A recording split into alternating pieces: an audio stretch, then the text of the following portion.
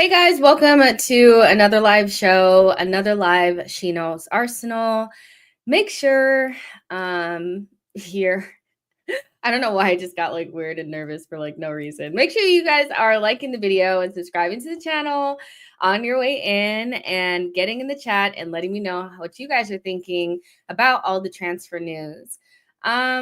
So I want to do something a little bit different since there isn't any like hardcore news right now. It's not like there's anything I'm going to be like legit reporting or anything. It's just more a general chat Q&A about transfers, Arsenal in general, if you guys want to ask questions about that, and just kind of have like a little bit of like a forum, a little bit of fun chat. It's Friday, so why not? Yeah, I haven't done a Q&A in like a million years. So yeah, my only rule is don't be freaking weird. And you know what I mean by that. Don't ask me weird ass fucking questions. You can ask me about like work but don't get weird, or I'm not going to answer your questions. But make sure you kind of make it obvious this is a question, put like a Q in front of it or something like that. And yeah, we'll go ahead and get started. So just as like a general roundup, what I've seen today is Zubamendi has finished all of the paperwork today in London. So if you were still kind of worried about that, I really don't think at this stage you need to be worried about it anymore. He's not getting hijacked or anything. I think Fabrizio actually just tweeted like 4 minutes ago that Arsenal and Real Sociedad have completed all paperwork for Martin Zubamendi deal. It is all signed. Zubamendi has completed formal steps of his move in London as he will be the first summer signing for AFC. The fee is around 64 million euros paid in installments. So we know that he had a release clause. And so instead of paying it all up front, which would have been really costly because you have to just kind of like, put all the money up there at once, we've paid a little bit extra in order to be able to pay in those installments, which will allow us to have more money to utilize in this window, so that's a good thing. I'm seeing more, like light rumors about Kudus. I think this guy's name is Sam C. And he's not a bad little source saying that Arsenal are interested in Mohamed Kudus. And we knew that from a couple of days ago as well. West Ham are interested, want to sell him, and there are a lot of Premier League teams that are interested in him. I know I saw like Tottenham, Chelsea, United, like pretty much everybody is interested in him, and they want to try to get as close to the release clause. His release clause is 85 million. I don't think anybody's going to pay that, but I'm thinking maybe around 65 million, maybe a little bit lower. Maybe you can get him for. So yeah, I would love to get Mohamed Kudus. I spoke about this yesterday. I just think that he would be the perfect player to bring in as depth in the attacking three, or somebody that can also play attacking midfield. I'm feeling like Arsenal's next iteration or next level has to be where the players that are not starting are at the same level as the players starting, and we just don't have that right now. I think we've been a little bit tentative to bring in players that are actually going to create true competition for places. It's been very much starters versus bench players. And, as we saw, it was really tough to watch us like struggle against, Due and these players, Dembele, Kvaratskhelia, and then for Barcola to come off the bench. And we were bringing Ben White off of the bench. The only player Arteta was really reluctant to utilize Raheem Sterling. I think we need to get out of this kind of era of starters versus bench players. And a good way to do that is to go out there and buy somebody that we know offers a lot of quality, but also offers different qualities to the ones that we have in our team already. We lack pace, we lack ball carrying, we lack ball striking, we lack X factor, we lack goals at times. He has all those things, so although it would be really expensive, it's not going to be cheap. good players end up being expensive. So if you want to improve the squad, you're going to have to push the boat out a little bit. So he'd be somebody that I'd love to bring in as the third attacker. Now, I'm talking about a lot of money here. If you bring in Sesko and a left wing and him, it's a lot of money. But guess what? You kept the powder dry last summer. In January and the last summer, you didn't buy anybody. You didn't buy anybody in attack. You made money because you sold players. So I'm not really trying to hear, that we can't afford these players and this and that. Make it work, because I like Timber, that interview from Timber really kind of broke my heart, that he was playing with such pain last season and had to, because Ben White had just come back. So he needed to play in pain, like he couldn't really walk against PSG. And he even said that he knows that Arsenal are going to bring in lots of players this summer because they barely made it through the season. They had so many injuries and, they almost ran out of players. For multiple players at Arsenal to be talking about the lack of depth that we have and that they're counting on the club to go out there and make it shake, it's sad almost. Like the players should not be talking about Arsenal going out and reinforcing. And so it must have been it must have internally been really bad seeing players go down and players come back. And we probably don't even know the extent of the pain that some of these players were in playing this season. So I'm really not trying to hear, we don't have the money for this, we don't have the money for that, we're not willing to go out there and get this and that. We've suffered enough as fans, as the players, as a club in general. It's time to spend the money. Also, there are more concrete rumors about Jarrell Hato, long-term target, somebody that we're looking at last summer, and now we're looking at again. There's some, reports coming out about him, Arsenal doing some internal talks about him that might also be closely connected to Zinchenko. We know that, teams are asking about Zinchenko, and maybe Zinchenko goes out, Hato comes in. That's the replacement that we're looking at. I really like Jarrell Hato. I've been a little bit disengaged from what's going on at the back because I just don't feel like it's a priority. That being said, any talented player can come to Arsenal. I'm not going to turn them down. I just feel like try to keep the fee down as much as possible, and hopefully that gives MLS license to move into midfield, sooner rather than later. So I like the player. Just get it done. Try to get it done as, cheaply as possible.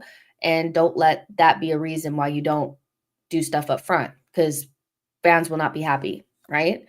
So that's pretty much all I've really heard. I saw some El Canoe stuff, but I'll be honest, I think the sources are not very good. African Foot was, I think, put out the thing about us being the closest to signing El Canoes, and it kind of reminds me of, the report that came out that we were in advanced negotiations for Jamie Gittins.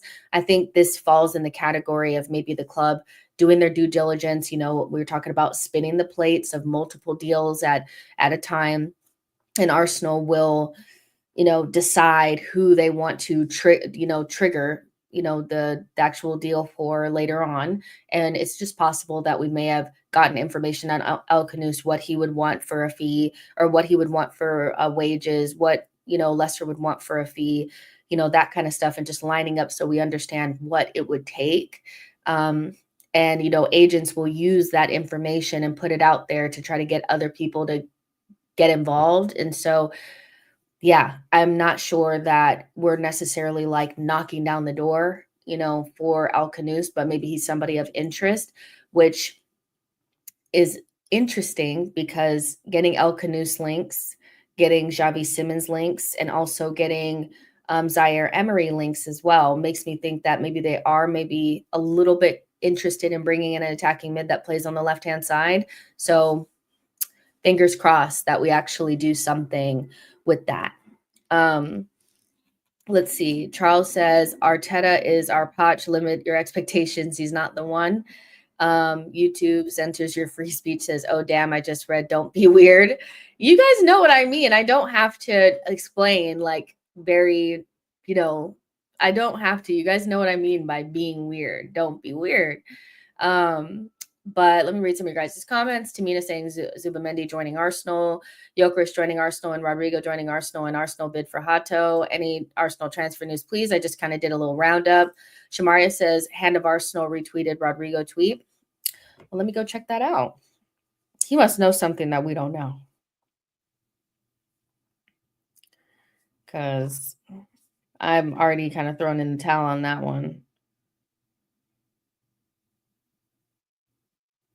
Okay, that was the pin tweet. The meeting between Xabi Alonso and Rodrigo is set to take place during the Club World Cup in the USA.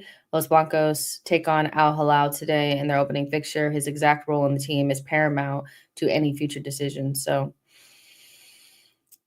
that's what he retweeted. All right. Well, we shall see. You know, I feel like it feels like Rodrigo or bust. So we'll see how it goes. Hi, Jess. Hello to you as well, Mohammed. Don't be weird. I won't be weird if you guys are not weird. How about that?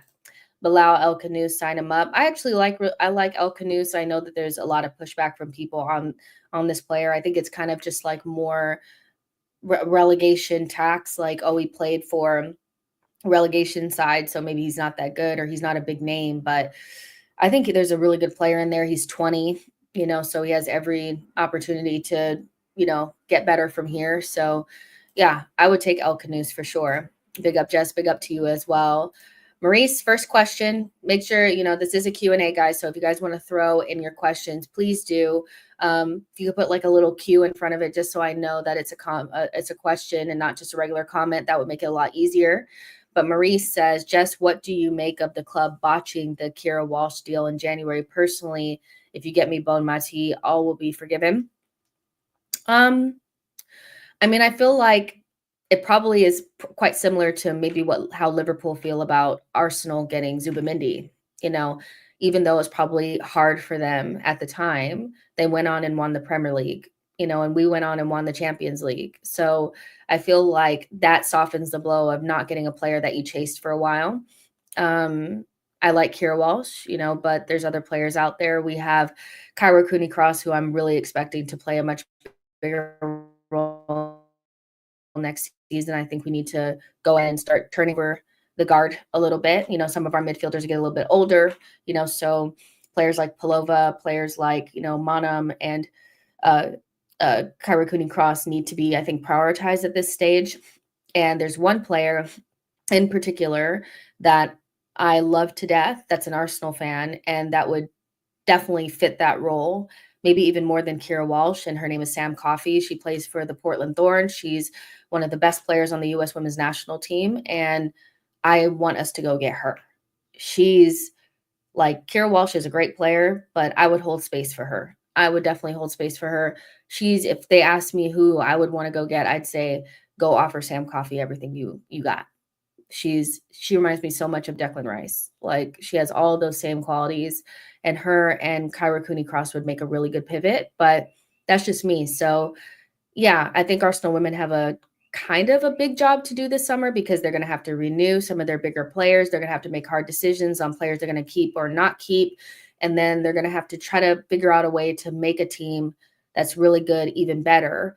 And sometimes that's even harder than getting a team that's really poor and making them better, because the types of players that you need to have to go after are so a lot more unattainable.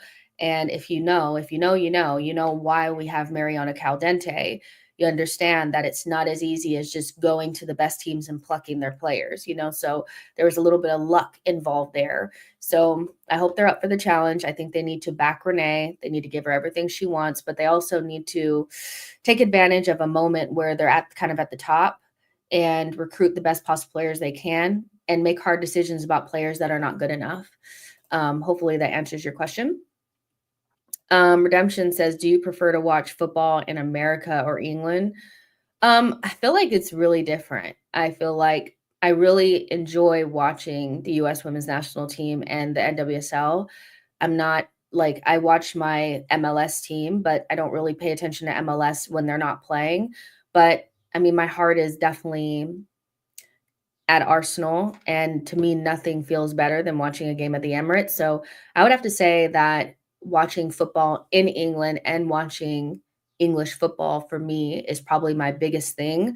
But the only thing that even gets close to the joy I feel watching Arsenal is watching the US women. So it's kind of half and half, but Arsenal is definitely, and watching football in the Emirates is very special. So I'll just say that's probably just about it.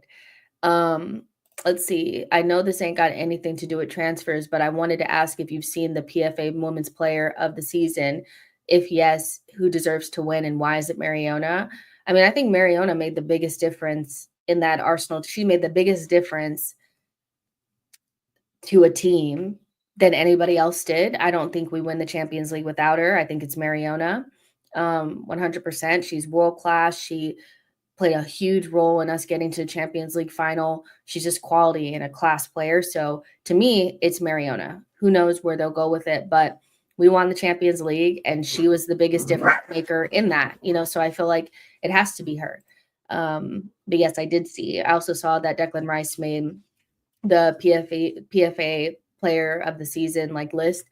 And I think it just underscores a really good season that he had and also reiterates that obviously we don't forget the things that happened at the beginning of the season, but what you do between April and May holds a much bigger weight than what happens at the beginning of the season because the pressure is worse.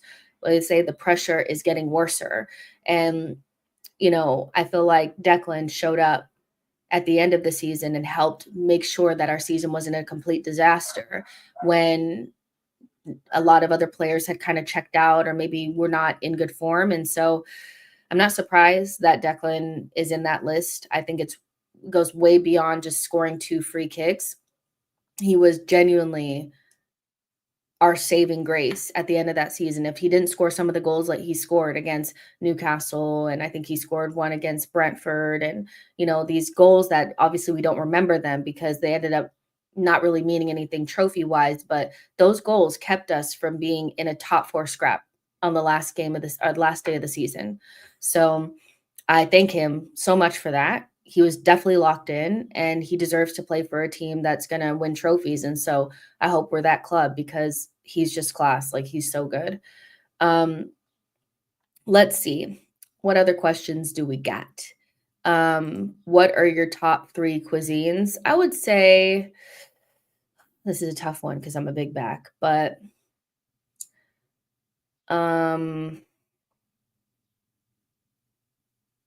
Italian for sure. I really like sushi and stuff like that. And Mexican. I live in LA after all. So those are probably my top 3. But that doesn't mean I don't like other things. But if I lean on anything, it's probably Italian food because I feel like the easiest to, it's like one of those where it's like comfort food all the time. But Mexican food is really prevalent here. And so it's really, really good. And then sushi is fantastic.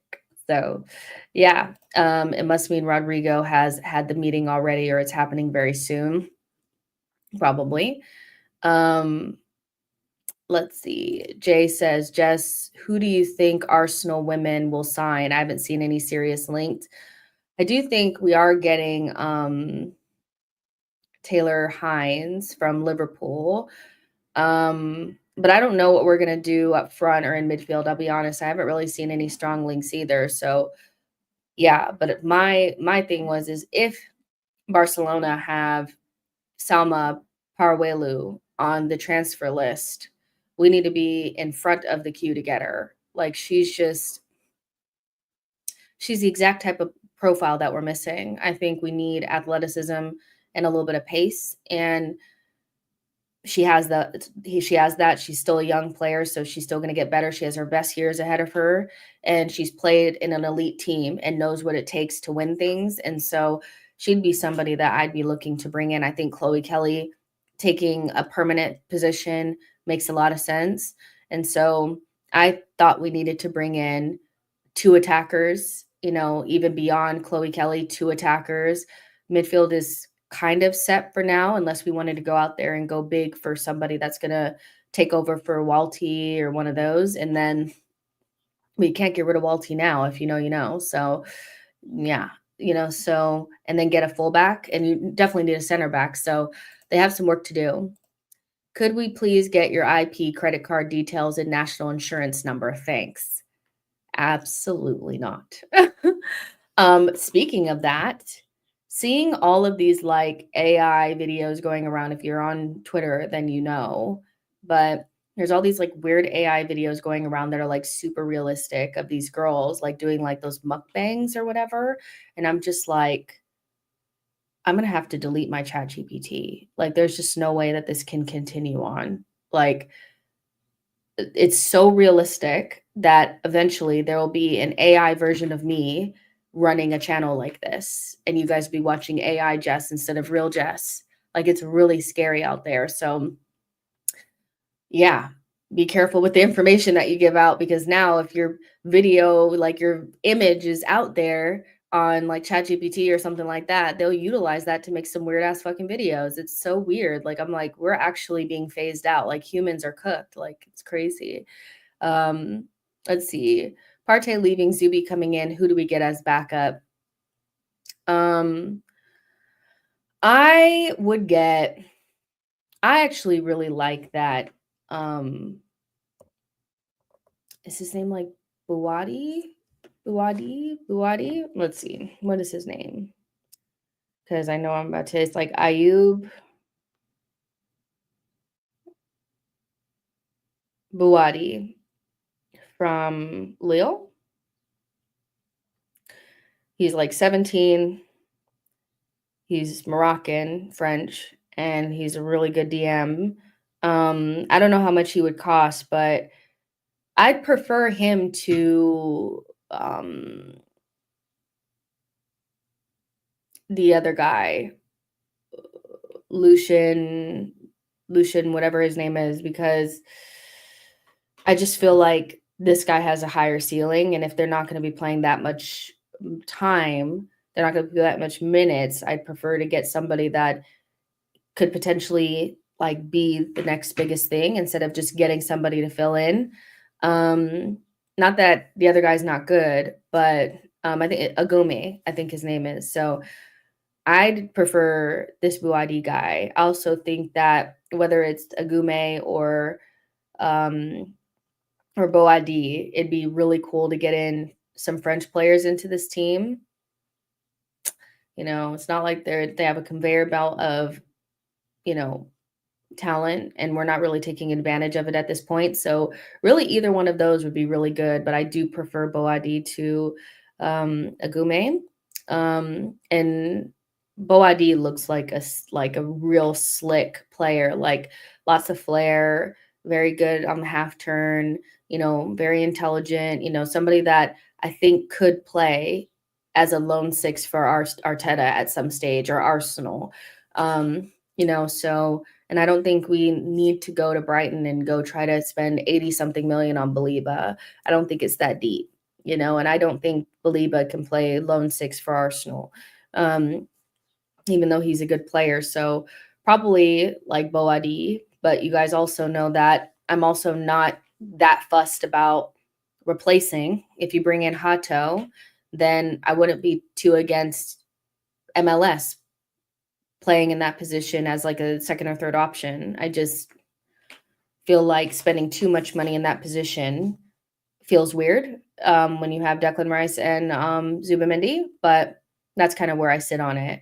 I can't really think of anybody else, but Boadi first, Boadi first, Agume second, but like a hard second. Like it's Boadi like way up here somewhere. Charles says, what is your bare minimum for Wirtz in his first season in terms of GA? He can get no less than 50 GA. Let's be honest. No, I'm just joking. But I mean, the price tag is huge pressure, but I'll be honest, I think he's going to live up to it. And I think he's more than capable. I know we're going to all be hoping that we could do a 007 on him, and there'll be fail comps going around of him and stuff like that, especially because you can see that there's already like a burgeoning rivalry between Shirky and Wirtz in terms of the fan bases. But I would say in terms of GA, I would expect, at least 30 GA for somebody of his quality. Maybe that's too much, but I'm thinking GA wise, is that too much to ask? 15 assists and like 15 goals, or I don't know, maybe that's too much. So maybe 25, I don't know, somewhere around there, 25 to 30 GA. Let's say that. Cuz it is a huge price tag, and but I think he could do it in a team like Liverpool. I think he's going to be more than prepared to do it. Um so yeah, but that might be too much, but yeah, I would say at least 25. Let's say that at least 25 GA in his first season. I don't see why he couldn't do it. But I don't know. I don't know what you guys think. If you feel like he should have to fight, and have so much like a super high GA in his first season, or are you going to give him like an opportunity to like really bet in? Like, are you giving him adaptation time? Like what? You know? Um, yeah. Um, let's see. Hey Jess, Chelsea fan from Bonaventure from Kenya. Just want to say I admire you a lot. Respect your takes. What do you think of Chelsea next season? Um, I think Chelsea could be in a title race next season with the signings that they're going to get in. I think the only maybe slight concern would be what they're going to look like when they can't rest all their best players for the European competition and stay fresh for the Prem. Because playing in the Champions League, you're going to have that long like league fixture time, and then you're also going to be playing in the league. And I think the expectation of Chelsea fans will be to be in a title race next season. I feel like that's what they'll expect. So trying to mount a title charge while adapting to like a young team adapting to being in actual Champions League and not like in a conference or whatever it is. I think that'll be the kind of like, okay, how are they going to step up? But I don't see why you guys wouldn't be in a title race with the players that you're bringing in. I'm not somebody that's like, as much as I like to banter Chelsea and stuff like that, I actually think that they've built their squad quite well because they just kept buying talent. So as long as you have talented players in your team, eventually it will work. And so, yeah, Estavo's coming in next season, right? And then also um, Andre Santos is coming in. So you'll have Enzo, Caicedo, Lavia, if he can stay fit, Santos, Cole Palmer. That's a lot of really good, talented young midfielders. I think it's just getting the striker, and already you see Delap is pretty good. So you bring a striker on top of that. That'll be good. And I think also like reinvigorating the wing position, I think is key because your wingers aren't good enough. They're not, none of them are elite or even close to it. So I think they can mount a title charge, and I think it's gonna be a difficult season for everyone because more teams will be good. But yeah, I think Chelsea, the only hiccup for them will be trying to stay in Champions League while mounting the title charge. That's going to be the only thing. If you guys were still in like Europa or something like that, then I would say like, yeah, no problem. But the Champions League adds like a whole nother factor to it. So yeah. Athletic Bilbao will be Arsenal's opponent for the Emirates Cup this year. Favorite fan channel on YouTube apart from your own, doesn't have to be Arsenal. I love Matisse's channel. I think he's hilarious. Matisse is probably my favorite non-Arsenal content creator. He's hilarious. He just makes the type of content that's actually fun to watch. Like, even though there's rivalry in it, and obviously he banters, it's lighthearted and doesn't get nasty. But probably Matisse's channel is really good to watch. I watched the United Stand. I actually think the very high quality content. I think Mark Goldbridge is actually really funny.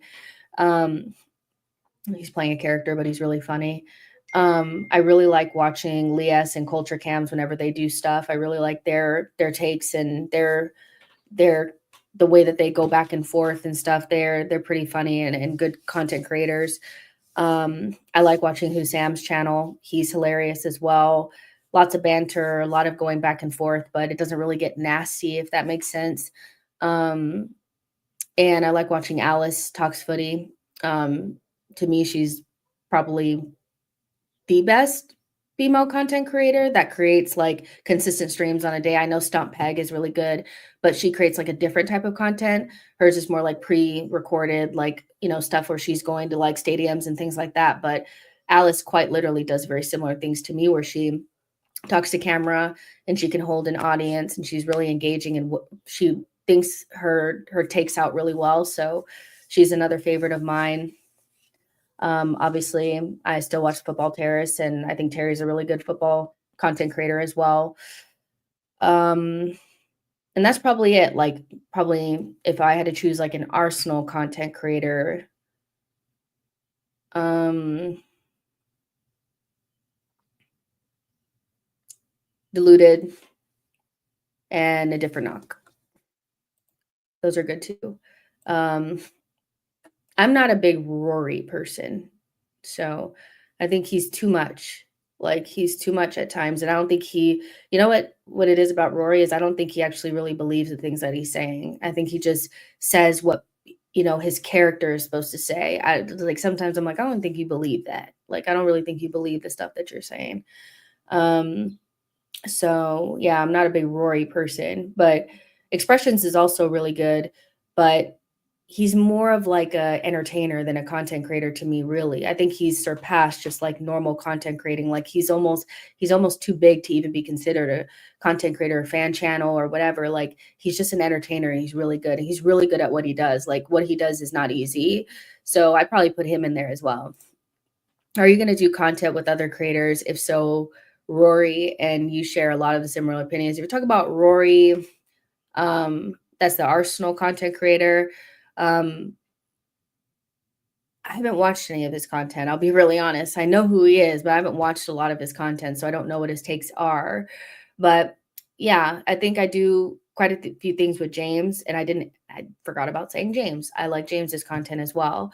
But I'll start to do more collaborations as time goes on for next season. I just have to figure out how much I can do and how much I can commit to. But yeah, you'll see stuff with me and James. You'll see stuff with me and Diluted. And then maybe I'll add a couple more people in there. But I like to talk to people that we don't share the same opinions. I think it's boring when we just all just are like, yeah, of course. Yeah, we all agree. I just think it's boring.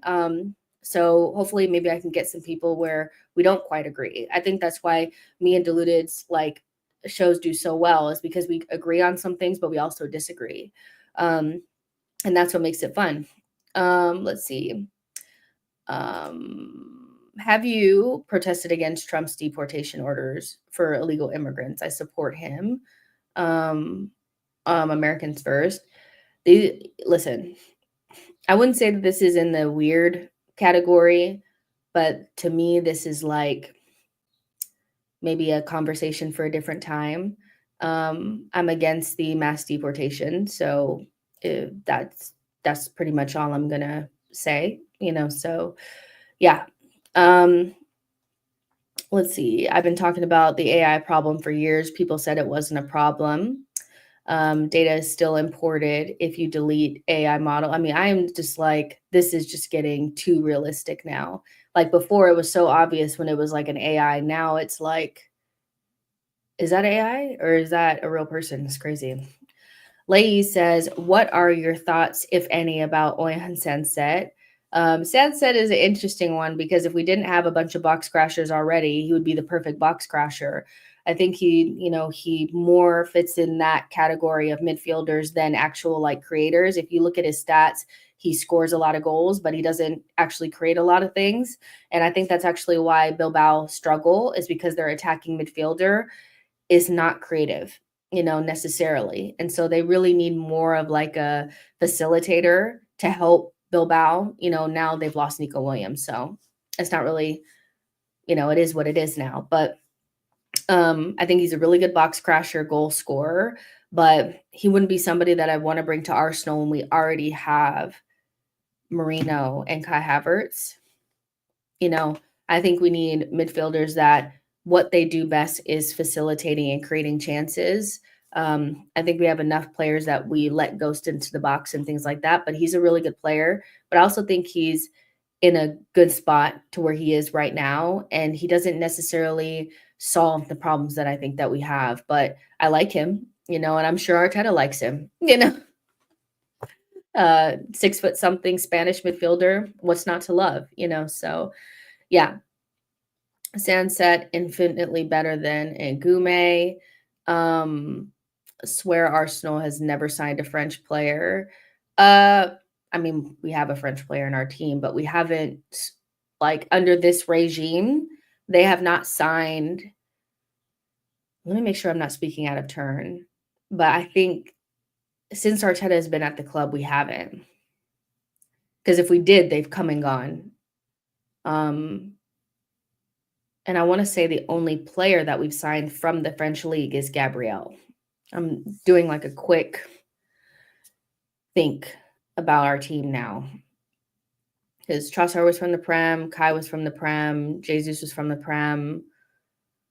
We had Saka, Rice was from the Prem, Marino's from La Liga, Party's from La Liga, Jorginho was from the Prem, Odegaard was from La Liga, Ethan is Ethan, MLS is MLS, Tierney was pre, Zinchenko was from Prem, Calafiori's from Serie A, Tommy's from Serie A, Kivior's from Serie A, and Timber was from Netherlands, and White was from the Prem, and Raya was from the Prem, and Kepa's from the Prem. So essentially, the only player since this regime that's come from Ligue 1 has been Gabriel, and the only player that we have in our team that is French is Saliba, but Saliba was pre this hierarchy. He was signed through Raul, so we definitely are staying away from that league. I don't think it's by accident. I think it's by design. We like Serie A, La Liga, and the Prem. You can't keep signing players from those leagues and it not be by design. So we actively kind of avoid the French league, and I'm not quite sure why that is. Who is in charge of our women's team transfer deals? We need serious work. If we want to dethrone Chels, I'm worried that no serious activities are happening ins or outs. I think it's Claire Wheatley, and Edu was supposed to be helping, and then he ditched. So I don't know exactly what's going on there, but it definitely needs to be addressed and addressed quickly. We can't rest on our laurels. We can't think, oh, well, we won the Champions League. We're the best team in the world.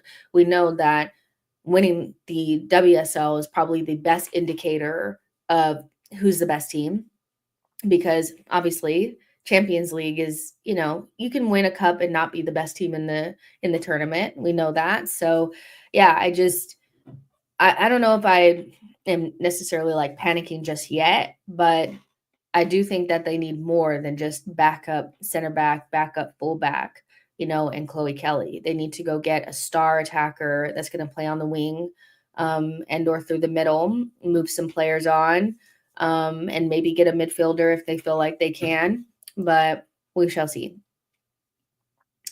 Let's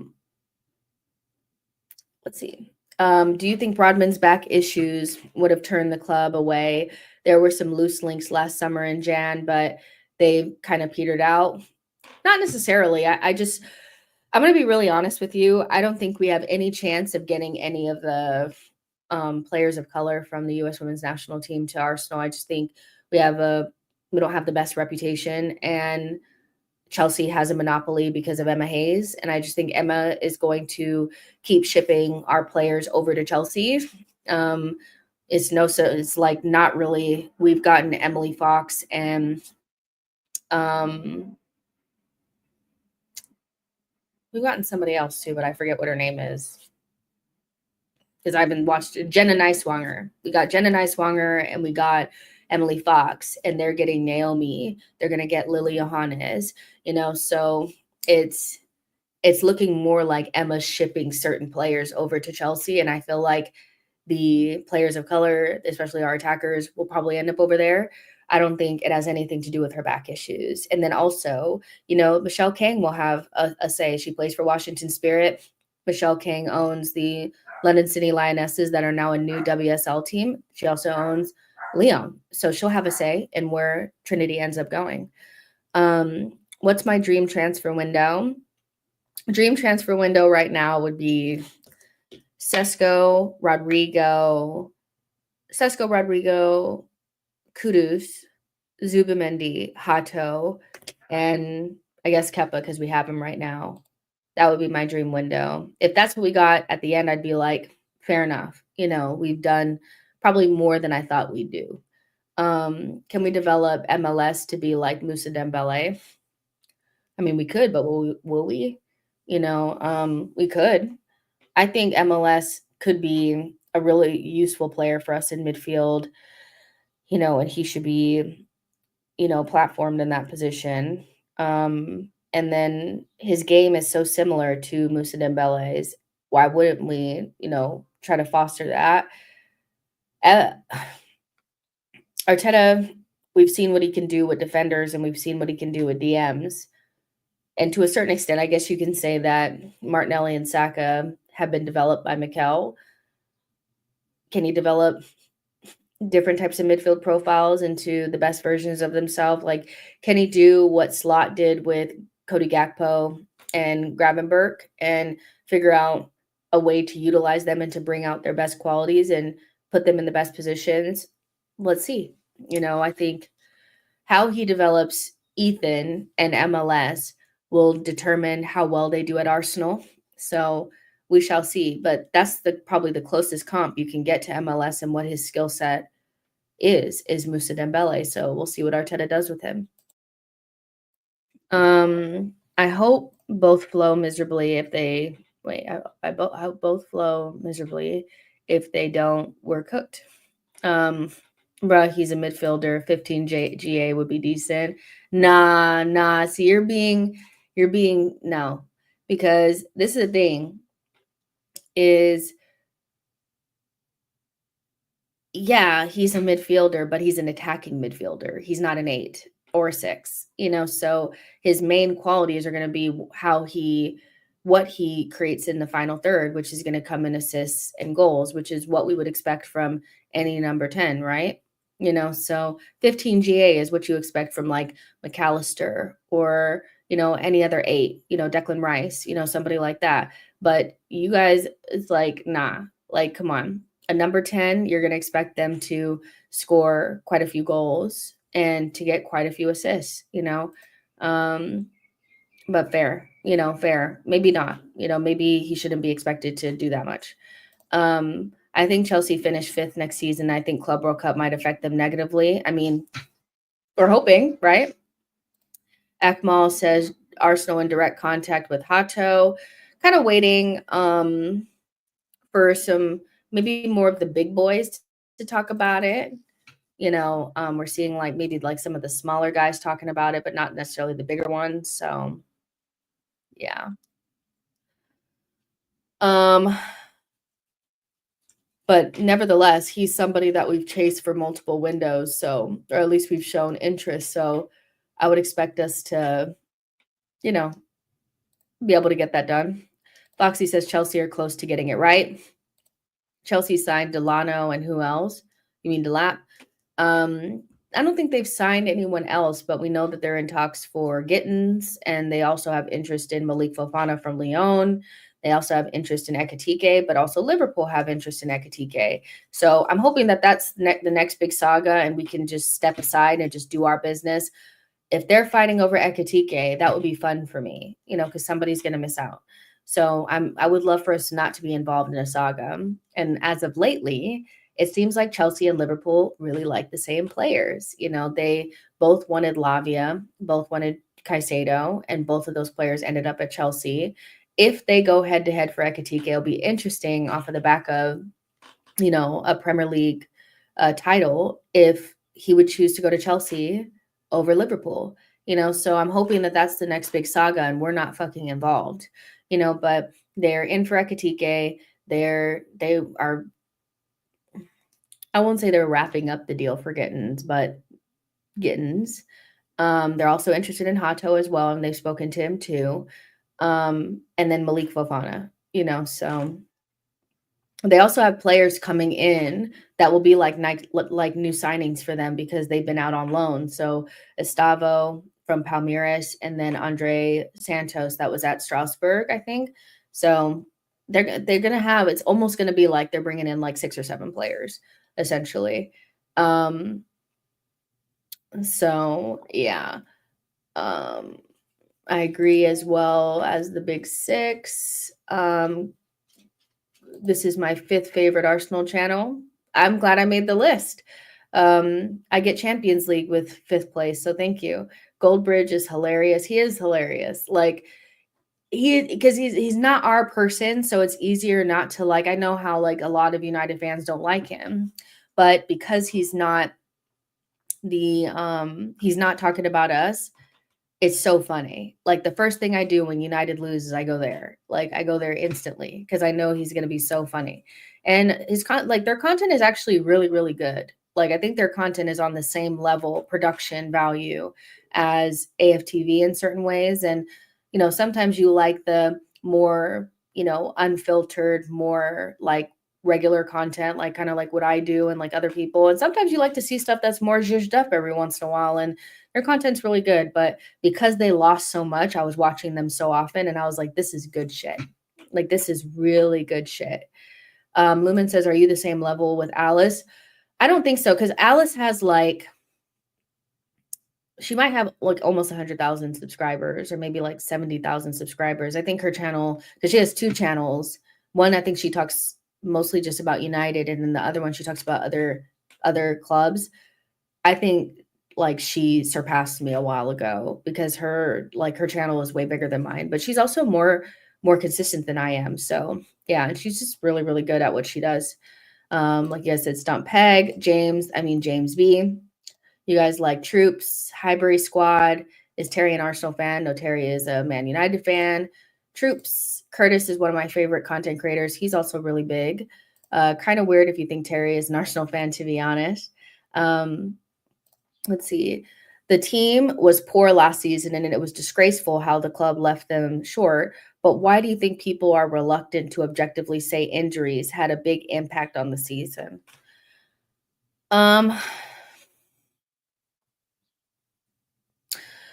I just feel like, what happens? It's like the boy who cried wolf, right? I think because in the last 2 seasons, especially the first season that we actually went for the title, a lot of Arsenal fans rested on Saliba had gotten injured, and that's the reason why we didn't win it. And so I think, when you kind of talk about injuries and maybe it's not as big as it really was, and then you turn around and have the injury kind of crisis that we had, it falls on deaf ears. And I feel like from a fan's perspective, it's like, well, we heard you guys make the excuses with Saliba. Now you're making excuses again when, it actually was really hugely impactful. But, it's like when every year, injuries is a reason. When it actually really happens, I feel like it falls on deaf ears, or people are like, I'm not trying to hear that. And I think there's just a section of the fan base that are not bought into Mikel. And so any answer outside of sacking him is just excuses. And so objectively, the injuries that we had were so catastrophic that they collapsed our season. But they were also injuries that, although people are trying to say that they were not predictable, they kind of were. And Arteta also confirmed that they were predictable because they predicted that we would get injuries, and we went into the season with the thinnest squad. So I think because it was almost self-inflicted by the lack of business that we did in the summer, and also we kind of said it was injuries prior seasons when we just had a Saliba injury, which I still kind of maintain that getting one injury to a center back when you're like 8 points ahead in a title race should not collapse the entire title race. I think we almost, what you guys would say, took the mick with that and ran with it as like the excuse that we could go with. Once you kind of do that, I think people are like, I'm not trying to hear that. So even though it's true that the injuries were a big part of it, I actually think had we had better players up front, or we had bought the striker and the winger, we would have been in a situation where we wouldn't have had, Marino and Trossard and Ethan starting multiple games in the run-in. I think that cannot there were games like towards the end, second half of the season where we had injuries, but they weren't in certain positions. We didn't have an injury crisis at the back. We didn't have an injury crisis in midfield. We had an injury crisis up front in an area of the pitch where we really could have set ourselves up a lot better, and I think there's just not a lot of sympathy for that kind of stuff. So I get it, but I just feel like some people just want it to be Mikel, because when you say it's Mikel, then it's like, we'll just get him out. I'm done with the manager. It's his fault. He didn't do this. He didn't do that, whatever. He didn't want signings, whatever reasoning you have. And then also we kind of used the injury excuse too early. And so then when it actually came about, it almost felt like the boy crying wolf. Arsenal fans take a lot of like, it's the ref, it's injuries, it's ref, it's injuries. And now that it actually was the ref and his injuries, people are not really as receptive to it. So yeah, I think it's kind of that, that kind of thing. And injuries were really bad, but I don't think I can get over the fact that the place where we had the most injuries, which was, Saka being injured and Jesus being injured, Havertz and Martinelli also being injured for certain periods, the front line was so decimated that had we had a striker and had we had a winger, it probably would have been fine, and even when we went into the Champions League fixtures and we had Martinelli and we had Saka, we still failed to have the type of impact up front that would have taken us to the later rounds into, the actual like final. And so, yeah, I just feel like it's falling on deaf ears now, especially after the summer. Let's see. For all of our health, never collaborate with Chelsea Don. He is unbearable and I can't handle that delusion. He's actually a good guy, guys. Like, he just loves his club and thinks his club is the best, and it is what it is. But he's a nice guy. I don't think he'll come on this channel, but you'll definitely see us on a show together. It's 113 in Arizona. How's the West Coast? It's actually like we've had some June gloomy type of days. Like, it's actually, I'm looking outside, it's gloomy right now, but it's been hot at times, like 90 something degrees, but nothing is even close to Arizona heat. I don't know how you guys do it. Godspeed, because that is just 113 it's just unbearable. I don't know how you're not just dying, but right now I want to say it's probably like 70. Yeah. And the highest it'll get is like 72. What did you mean by we can't sell Walty now? If you know, you know. What do you know that I don't? Well, I would say go on the old Google, look up Walty, and then look up who her partner is. And I think that that'll make it clear for you. If you know, you know. Would you get frustrated if we end up signing Watkins? Yes, absolutely. It did pretty much like one of my last streams kind of spoke about, going from Sesko and Gyökeres to Ollie Watkins, to me would signal that the club are going with the risk-averse option and not going for the more riskier, but probably with the higher potential or the highest, like if it works, we're in a really good position. Ollie Watkins, to me, is the equivalent of, it's probably not the best analogy, but it's kind of like going like when we could have gotten Isak in that January window and we didn't feel confident getting him because he wasn't proven in the Prem and he had only had 4 goals. And so we didn't want to spend the, 60 million. I don't know. Foxy will let me know what it was at 70 million euros or something you guys paid for him.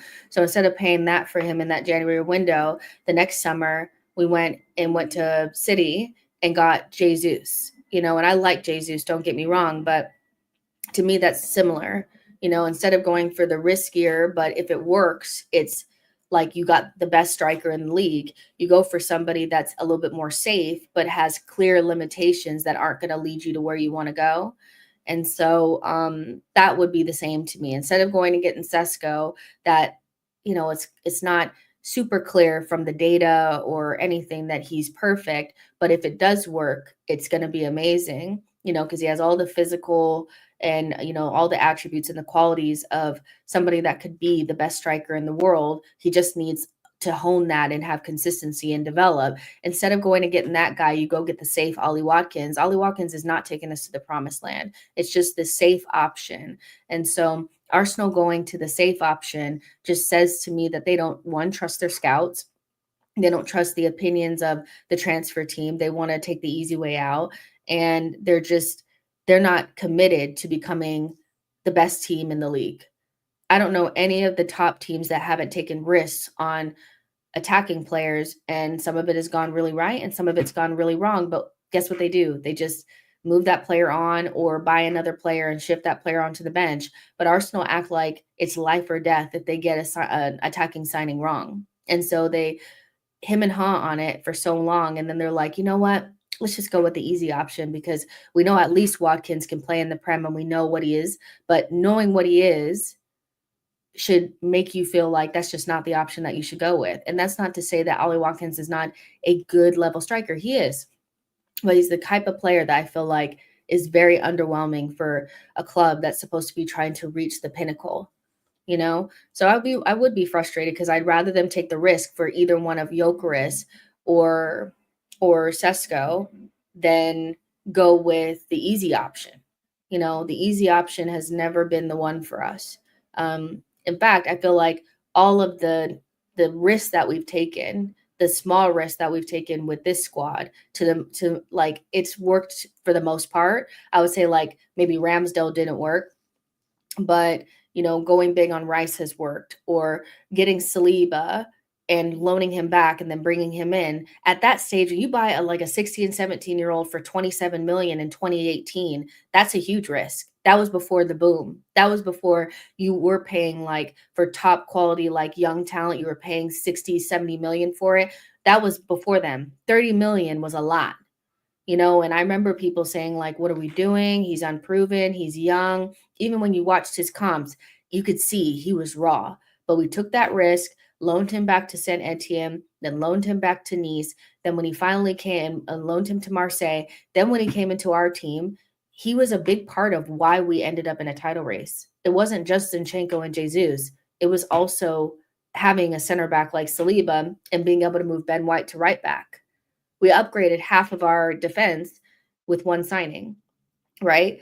And so I just feel like the risks that we've taken have worked for the most part. Havertz haven't worked, or maybe Ramsdale haven't worked, but something like Saliba has worked. Declan Rice has worked. So, you have to take those risks sometimes because that's better than just getting Trossard and Jorginho. Those players are never going to get you to where you want to be. They could be good squad players. They could be good stopgaps, but we're starting to go more stopgappy instead of going for the big signings because we're scared and we shouldn't do it. It doesn't work. On a scale of 1 to 10, how overhyped do you think the EPL is compared to other leagues? I'd say 7, 8. I think the marketing in the other leagues is the biggest. Marketing in this league is the biggest asset. I think, okay, so when they say that the Premier League is the best league in the world, I don't think it's because the quality of the teams and players are so much better than the other leagues.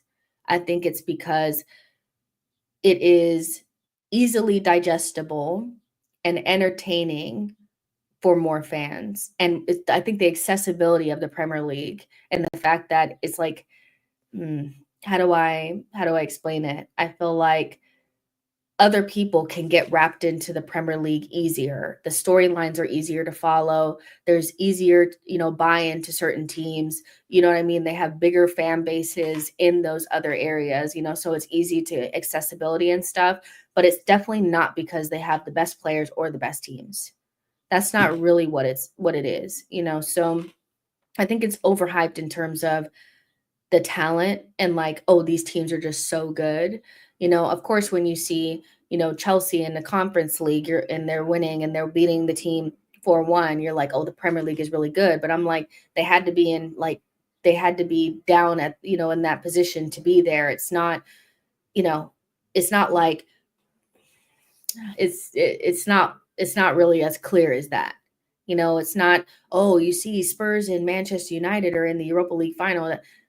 They had to be really kind of like poor in the last couple seasons to be in that position. So, and I'm not quite sure, like, now that Wirtz is coming to this league, I do think that, the Premier League are in a better position. I think not having the most well-known faces makes it hard to say that the Premier League is the best league, right? Because although you have maybe more recognizable teams and, maybe more buy-in and more marketing, if you don't have Lamine Yamal, if you don't have those players, then it's hard to say that you have the best league in the world, right? So now Wirtz coming into the league helps, probably even to a certain extent Shirky, so the better players, if they start coming to the Prem, that'll help. But there's like a period of time where, you're not getting best league in the world shouts with Holland. As hard, like as mean as that sounds, you're not, so yeah, I think it's a little overrated in terms of the quality. I do think there's a lot more quality in other leagues than people give it credit for. If you watch them on a regular basis, then you see that there are quality teams in there. Can they compete with, in a United that has good players, but they're just in disarray? Probably not. But could they beat like a Brighton or, a Brentford or something? Probably, so yeah, I think it's a little bit overrated in terms of that. But if they start getting the Wirtz type players in there, and they can pinch some of the other like big names, we can start talking.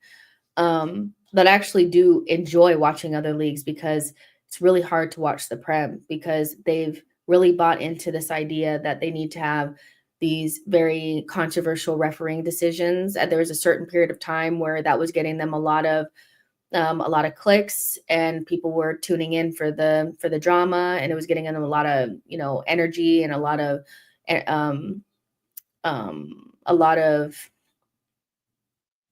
attention online. But people are tired of the main talking point for most games being some poor refereeing decision.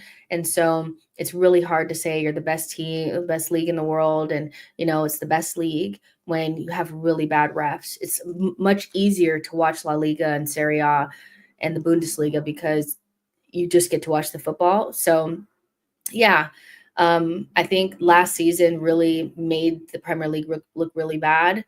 And so, but they could rebound with, the likes of, Liverpool, and not Liverpool necessarily, Manchester United and Tottenham being better, Newcastle stepping into, a real like secure top four side, Arsenal being good, Man City being good. But the Premier League, it's not really the best because of quality. It's the best because of entertainment, and it's easier to buy into teams that are more recognizable brands than some of the other ones, so yeah, that's what I would say. Samuel says 98% of our midfielders are Spanish and or played in Spain, La Liga. What do you think about Bakayoko as a Saka backup? I would prefer, as for fuck's sake, Chelsea scored. Are they playing right now?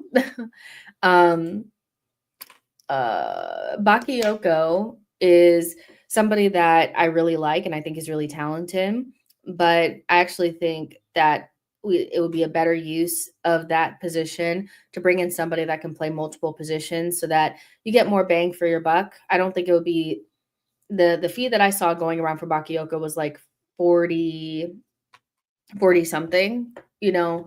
Um, and I'm like, I'd rather spend a little bit more on a player that could play attacking mid and 9 or on the other side than somebody that only plays right wing, because the reality is he's not going to play a lot in that position. So he would be well down my list. I feel my list is probably more like Kudus, Malik Fofana, because he can play on both sides, kind of player like that. And then maybe somebody like Bakayoko because he kind of only plays right wing. But I like him and I think he's a tricky, good player, you know? So yeah, Sesko's team are holding out for a lot of money. Next season, who would you prefer on the left back position, MLS or Calafiori? I think right now it's MLS's until further notice. I really like Cala. I think he's a really good player, but there's just something about MLS that feels very secure. And there's a lack of security back there when Cala's in those wide positions. And so I think he actually Calafiori should be really just used at center back. If you bring in somebody like Hato, there's no real reason to keep putting him in that position. So it's MLS's position until otherwise. And to have to fight MLS for a position right now is a daunting task. So Calafiori has a long road ahead of him if he wants to become the starting left back. But I'd actually prefer him to be more competition for Gabriel. I think that's where he's better suited. I think that's where he feels more comfy. And I think, you know, with the constant injuries to our fullbacks, there might be a case where, you know, maybe the club needs to think, well, these players are natural center backs. Maybe they're not really used to going up in this up and back so much. Maybe they need less wear and tear on the body. And so playing Calafiori, Tomiyasu's in the center back position instead of in these wide roles might help, but it's MLS's, you know. So yeah. How do you feel about Sesko wanting a release clause if it's true? Not the best, you know. I don't love it, you know, but at the same time, it's a short career, and you know, it's not a slam dunk at Arsenal that we're going to be super successful from a trophy standpoint. So, and he's 22, you know, so I think it's actually quite unlikely that he will spend his entire career at Arsenal. And I think he's well within his right to want something in writing that allows him to get out of the club easier, you know, so he's protecting himself, which he has every right to. And if I had been watching us over the last 3 seasons or so, I'd probably want a release clause as well, just because we haven't won anything, you know. And also, what if Arteta decides that he wants to continue to play Havertz and Sesko's in a position where, you know, he's not playing as much as he would like? He will needs to be able to get out of the club. So as much as it doesn't feel good, because you'd want a player to almost act as though this is his final destination, you can't begrudge him for protecting himself, right? Especially in the situation that he's in right now. He had a gentleman's agreement gone wrong, you know. So if it's true, I don't love it, you know, but it is what it is. Let's see. I think the important thing is to get the first 11 starters in before the camp. The depth signings can be later. Adriana came in for Jeremiah. We cannot get into this conversation right now. We quite literally cannot get into a conversation about Love Island. I am actually considering making a YouTube channel just about reality TV because I watch so much of it. I might as well make money talking about it. But last night's episode pissed me off so bad towards the end. I loved it all the way up until I saw the bombshells, and they brought in probably the most beautiful woman I've ever seen in my life. She had the perfect body, perfect face, perfect everything. Just the perfect woman. And then they brought in a toad, an absolute chop for the women, and it just killed me. And I was just like, this is not it, you know. So but she may have come in for Jeremiah, but Jeremiah, he's not going to be able to handle. If he can handle Huda, how is he going to handle a fiery Latina? I don't think he has it in him. I think he needs somebody softer. But we'll see what happens with that. But that's neither here nor there. We can't get into it, man. Arteta is a good manager, but his player choices are very poor. Just, do you think Ollie Watkins is a better striker than Martinelli? Because me personally, if we get a left wing and Ollie Watkins is the only option, I think Martinelli is better striker than him. I mean, there's no real evidence of whether or not Martinelli would be a better striker than Ollie Watkins. Ollie Watkins is 29 and has been playing striker all the way up the ranks. He came up through, I think he came up through like non-league. He played for Brentford. He moved to Villa, so he's been around the block, and he's been a solid, dependable Premier League level striker. Where Martinelli, we've only seen bits and pieces when he was like 16 when he first came here, and Arteta has never really used him there outside of like 1 or 2 games. So I think it is hard to say Martinelli is a better striker than him because he hasn't played striker. He's been at the wing, so but I don't think we should even have a scenario where it's Ollie Watkins or Martinelli playing striker for us. If that's where we get to, we've sorely messed up the window. We should be talking about Gyökeres and Sesko. And I get that people want to find a role for Martinelli because they're afraid that he's going to get replaced on the wing and then also maybe sold. But, the game is the game. The second title race was 100% Arteta. That Villa game haunts us. Let's see. Mark says, what are Mikel's strengths and weaknesses in your opinion? His strengths is out of possession, positioning and structure, defense, 100%, how to build a defense. And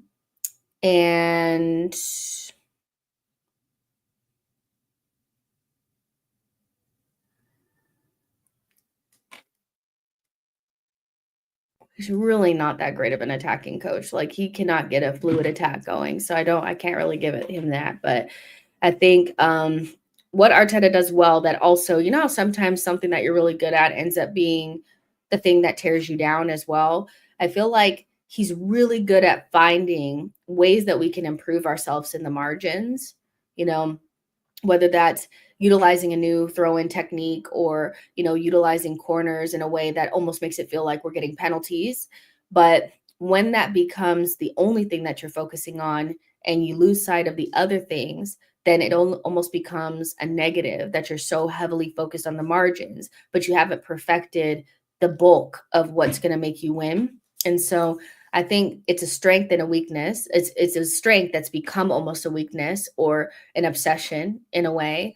But I think his out of possession structure and positioning is really good.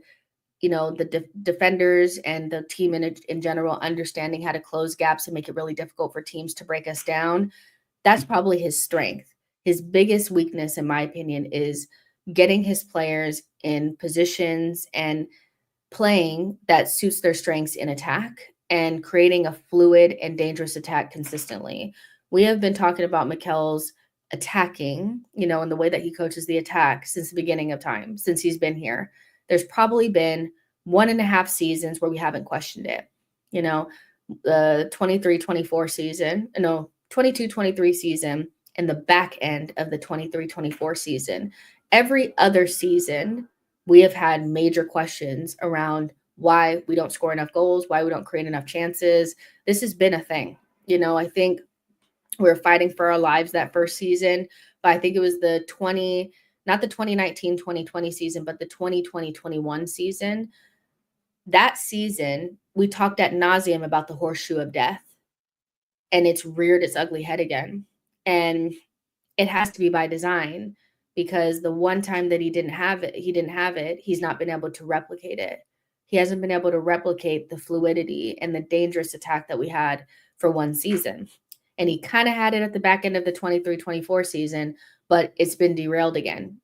So I think that's his biggest weakness, is not being able to figure out how to find the balance between a very solid structure out of possession and defensive, the defensive part of the game, and balancing that with a dangerous and fluid attack. Can't figure that out. Also, probably rotating and knowing when to pull players, when to keep playing them, when is enough, definitely. And then not being able to ignite the fire in the team in the moments that matter. As somebody that's played football, soccer at a pretty decent level, some coaches can get it out of you and other coaches cannot. I had a coach that before we played the best team in the league, he sat there and told us right before the game, this was his pep talk. They are the best and you are the worst, but go out there and try your best. And then I had another coach that had us playing up against one of the best teams in a tournament in a final. He played We Are the Champions. He bought us flowers. He sat there and told us everything that was good about us. He didn't do any tactical speak, but he kind of basically built us up and said, don't focus on anything other than being like locked in and knowing that you can win. Close your eyes and envision yourself winning the game. I don't really need to tell you which team did better than the other one, right? And so I don't know what Arteta is doing behind the scenes, but when it really comes down to the moments that matter, when we're playing in a semifinal against Newcastle at home, we're playing in an FA Cup at home against Manchester United, when we just have to beat Aston Villa at home, when we go away to the Allianz Arena against Bayern, when we're up against PSG and like the chips are down, we have these very timid and emotionless kind of performances. And I don't really understand why that is. And I don't know if it's just he's not able to ignite the team into a mental state that gets them up for the moments that matter. Because most of the time when the moments that come that matter, we have these very strange performances that lack emotion. Like we're not locked in like that. It's we kind of go business as usual. We're like, we're going to try to score in the first 15 minutes. If we don't score in the first 15 minutes, then we're just going to try not to concede. And then we will try again to score in the beginning of the second half. They hit us on the counterattack. And then for the next 20 to 30 minutes, we're passing it sideways and backwards. And then we go out of the competition. Or we, concede another one and then we're out of the title race. I don't know what it is about this team, but I feel like one of the only times I've seen them truly locked in and playing outside of themselves in a game that mattered is probably the Real Madrid tie. I don't know. I worry about this team not being able to lock in, and other teams being able to lock in on us. There are other teams that lock in on us that are not as good as us in those games. But we just don't have that.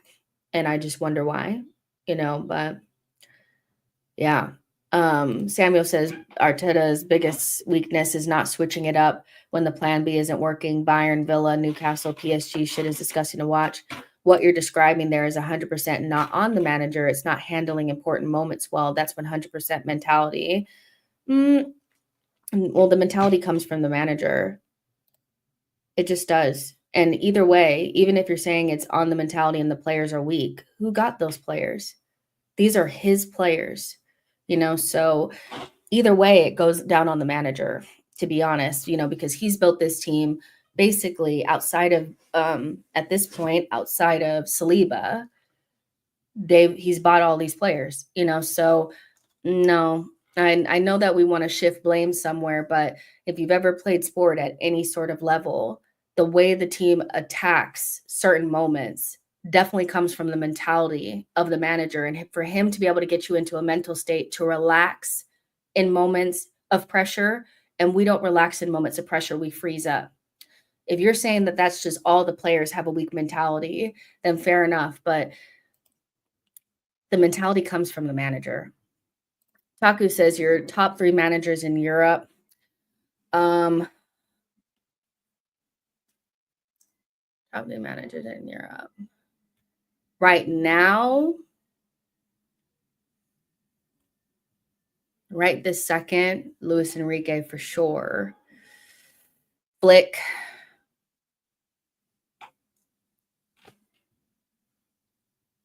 Recency bias, maybe. Slot, but probably Pep. I don't know. I don't think Pep is as washed as we think he is. I still think it's Pep. Enrique, Slot, Flick. I feel like it's too easy to say the managers that won their league, right? Is it one bad season? Does that mean that Slot overtakes Pep then? It's like it's been Pep for so long that I'm not sure that one bad season when he lost his best player means that he's washed and Slot is better than him.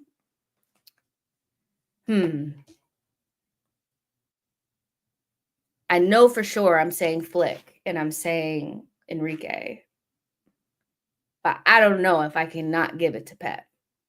I feel like it's a little too soon, but equally,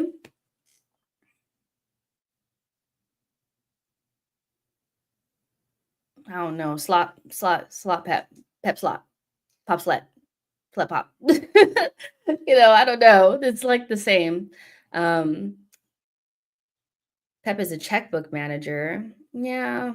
I mean, technically he is, but I think we're well beyond the, gimmick of Pep not being a top manager, if not the best that we've ever seen. Well, I think we're beyond that gimmick. You know, Players want to play for him. He's been able to bring good players to a club with no history, no heritage, nothing.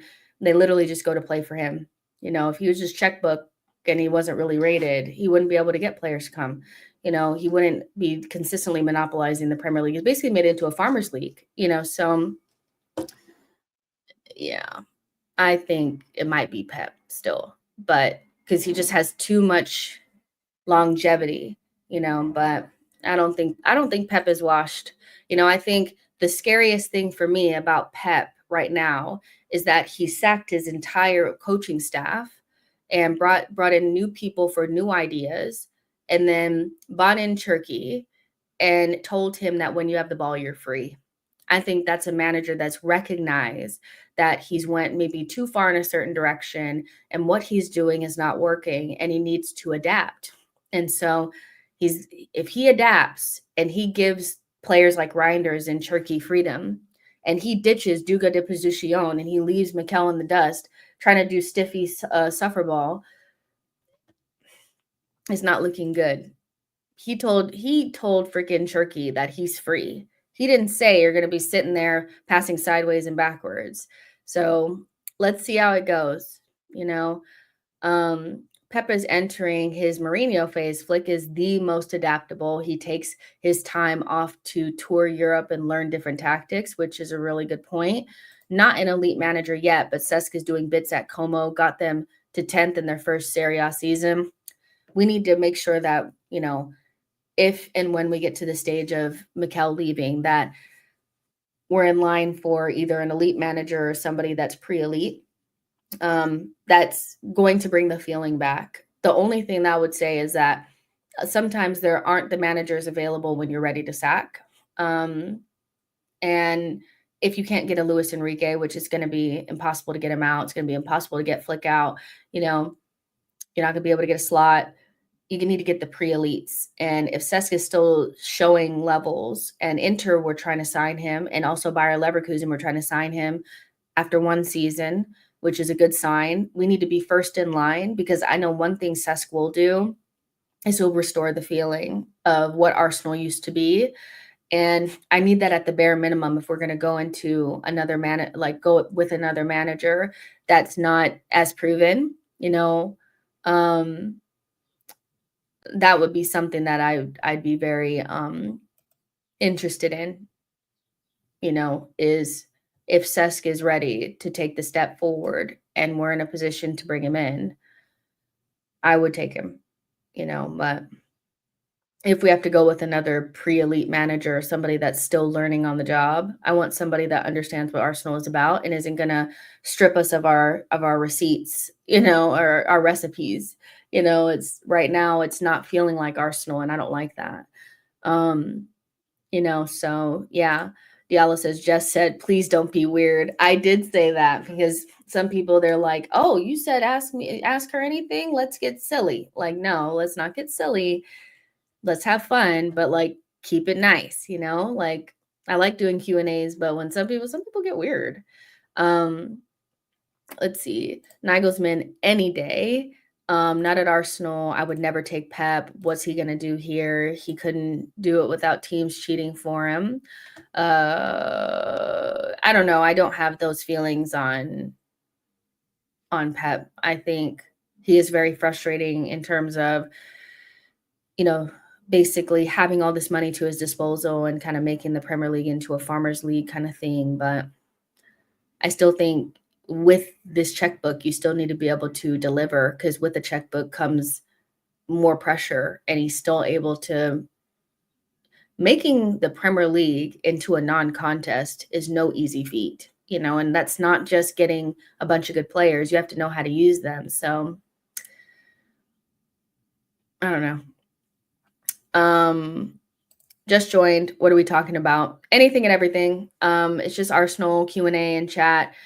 I kind of went over the stories that have been coming out today, which isn't like a lot. We know Zubamendi is finishing up things and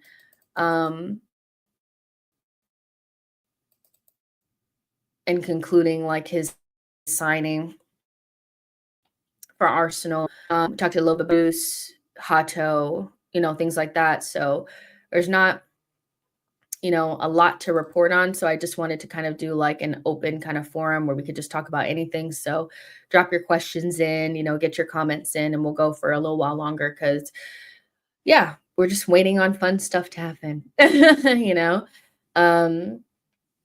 Yeah, let's see. Arsenal may look to sell fringe players and lighten the wage bill. Those available is Zinchenko, Reece Nelson, both who earn at least £100,000 a week. Jakob Kivior, Fabio Vieira, Sambi Lakanga, and potentially Gabriel Martinelli. So if you weren't like aware, Gary Jacob had put this out, and they had like the people are putting out little bits of it. I went over that in my last stream. So if you want to just look at that, where we went over what he said about what our window is going to be like, you can look at that. But again, Arsenal are putting players on too high of wages for their level. They're making it more difficult for us to move on certain players. Not necessarily Zinchenko, because when we signed him, he was meant to be a starter and it was fine. And he'll probably still go to a team that can afford his wages. But Reece Nelson is not a type of player that should be on £100,000 a week.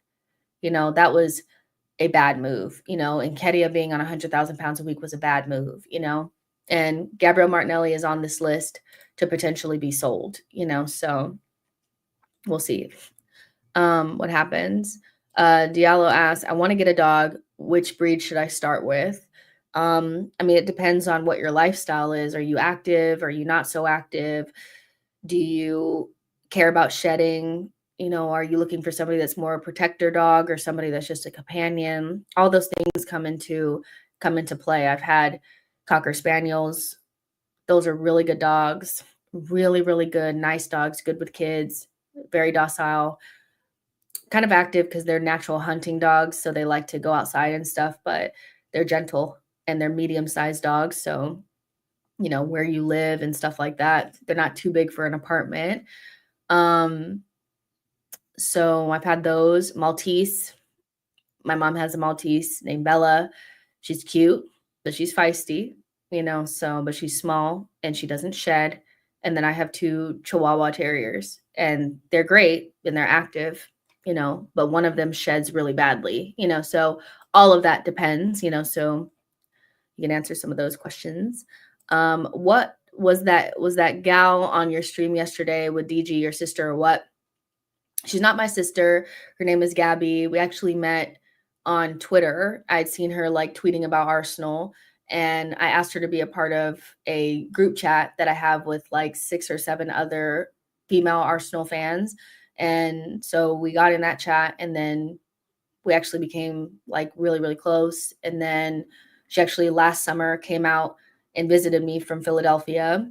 And so we've like met in person and all that kind of stuff. And she stayed with me for a week, and she's actually going to be here in July again. So she's pretty much my best friend, but she's like 6 years younger than me. So I'm like the old ass best friend and shit, which is really funny. But she's an Arsenal fan. And she's been following the team, basically an Emirates era fan. And her favorite player is Santi, but Alexis made her start following Arsenal. So yeah, she's not my sister, but she's my best friend. Johnny says, what's the minimum for you for Arteta to earn at least another year? What kind of trophy? It's so tough because this past season I would have taken any trophy. I would have, but we didn't get anything, so I'm thinking he needs to win a major trophy, but I feel kind of even icky asking for that because I know that it's so difficult to win those. So we're basically setting him up to be sacked. If you say that, before the season, you want him to win the Premier League or a Champions League, you basically might as well just sack him because the likelihood of that is very, very, very small. You have to be the best team in the league to win the Premier League. The only time we've seen it, and it's not been the best team, it was a Leicester, and that was like a miracle, so, and everybody else was really bad, so in the Champions League, you have to be able to go up against the elites. And maybe we could win that, but basically, if I say that he needs to win the Premier League or Champions League, I'm basically writing his P45 or whatever it's called. So, but that's kind of what it would take. I need to know that he can win a major trophy. I don't think a Carabao Cup will do enough, but maybe I don't know. Maybe there's a scenario where he wins an FA Cup, he gets to a Champions League final and misses out against like one of the best teams and misses out on the title by a point. And maybe I'll be like, it's harsh. But at this stage, he just hasn't earned he doesn't have a lot of credit in the bank because he hasn't gotten it to any finals or he hasn't won anything, So at this stage, it's like, kind of got to win it, but I'm one foot out the door really with Mikel. I can't lie. I'm very much so looking at the future. Like, what does it hold for me? Because this cannot be it. Yaya says, oh no, I read that one. Sorry. I'm very active, run every day, at least 10 miles. I mean, then get you an active dog, get you like a golden retriever or something like that. Somebody that likes to run and likes to be outside and stuff, not a dog that's going to want to be like more chill, but like a golden retriever would be cool. Some sort of pit mix would be cool if you like to run and stuff like that. Yeah, I would get like an active, like athletic dog for sure. If you like to run and you want to take them with you. What's Gabby's tag, Jess? It's nocturnal gunner. Nocturnal gunner. So like the word nocturnal and gunner. And you'll find her on there. Don't be weird. You lapping up the fraudulent football they served you in this past decade. Are you talking to me? Mata says, dang, does she call you auntie and everything? No, but she makes fun of me for being old. Chemist says, who was your Arsenal player of the season? If you haven't answered already, it was Declan Rice. But it was Gabrielle basically up until the Champions League, like latter stages. I just feel like those games and then the goals that he scored towards the end were so valuable for us. And I know we didn't win anything, but basically from like about February, March, his performances started to really like pick up. And, it's fresh in my mind what he did towards the end of the season. So, and Gabrielle missed pretty much our biggest games of the season through injury. So I don't want to discount what he did. I think it was very much so like Declan, Gabrielle, Raya, those were like our top people in Timber. Any of them could have won in my opinion, but it just about was Declan Rice. I just think what you do in the business end of the season, what you do when the season really starts, which is in April, means so much more. And he was just out of this world. He really kept this season from being an absolute disaster. And I don't think people really are taking into account that, I know that we didn't get to the final, but without his performances, we don't get to the semifinal, which I think having the moment of the quarterfinal was good for us because we had such a poor season. And then the goals that he was scoring towards the end of the season when we just needed one win to not be in jeopardy against Southampton meant so much to me. So yeah, he just about got it. Let's see. John says, do you think Zuby will have some impact on the left-hand side? Party mostly focuses on his passing towards the right. I think so, to a certain extent. I think he's more, not like so one-sided like Partey is. I think Zuby's biggest impact is actually just going to be the pace at which we start our attacks. The tempo will be faster. He'll know when to speed up and slow down, and he's not afraid to punch the ball forward in between the lines. So it's going to require Saka, Saka, Odegaard, players like that to get in between the lines and receive those passes. And yeah, I think he's going to make a big difference with the tempo. He's going to pass on both sides, and he's not so right side biased, but the left-hand side, I think, will be mostly impacted by a certain type of left wing coming in. I still think the left-hand side is going to be somewhat of a kind of like a less smooth than the right, and the only way to, I think, even it out is to make sure that the left wing is somebody that creates. Our left wing is required to be a creator and is going to have to be comfortable in situations where they need to do action after action on their own. They can't be somebody that just arrives in the box to put the ball in the back of the net. They need to be able to create chances for Saka and the striker. So I do think that, that's going to be the biggest difference maker for us on the left, but Zuby will help a little bit. He'll be near $1 billion spent in 6 years. Sorry, but he has to win the Prem or the UCL this season. If not, he has to let someone else try to win with this team. I read that Beth Mead is joining United, which makes sense because she's going to want to be near He's going to want to be near Viv. And Chloe Kelly coming in basically, took her starting position. I'm more than happy with Beth Mead moving on if she does. Which city in the U.S. do you recommend living in? I'm thinking of moving to Austin. Tired of the cold here in Boston. If I could move anywhere in the United States, I would move to either Nashville or Austin. I think those are the best small, big cities. I would avoid places like Atlanta, which I've lived there before. I've lived in New York before. I would move to Austin or Nashville. When I visited those two cities, I've never enjoyed being in cities as much because they have a big city feel, but like also with small city as well vibes too. Either one of those I would move to. Great nightlife, great restaurants. Nashville in particular has really good live music if you like to go out and stuff like that. So one of those two for sure. Let's see. Yeah, don't be weird with Gabby, guys. Don't go get weird. Or else I won't let her on the channel anymore. Gotta protect her. Ibrahim says, what happened to buying world-class players when Arsenal were in Champions League?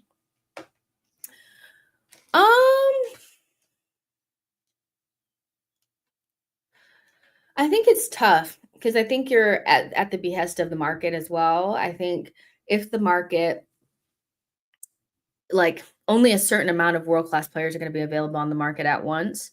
And then when you're competing with City and Liverpool for those players, you're naturally going to miss out on some. So it's not like, to me, there's a world-class striker that's just sitting around waiting for us to go get him. It's not like a young Kane is just out there just waiting, So I think that takes that is a part of it. Also, we are trying to get a world-class winger, in my opinion. Rodrigo is like a world-class, or maybe right the tier below, but like in the right system with the right team and stuff, he'll be right there. So we are doing that. Now Zubimendi, I don't know how you guys feel about it, but I feel like Zubimendi's pretty much a slam dunk world-class player once he's with us. I think he's been playing in a shit side, but when he plays for Spain, he looks mustard, so I'm not upset about getting the best 6 available on the market right now. Like, we got literally what was the best thing that is in that position. I think maybe what you're alluding to is like, why are we not getting words? Or why are we not getting, because Reinders, I don't think is considered a world-class player, but he's kind of like Zuby in that way where once he gets out of the team that he's at, he's going to be considered world-class once he's playing for a top prem side. But maybe what you're saying is, why aren't we in for Wirtz, like best in class, number 10?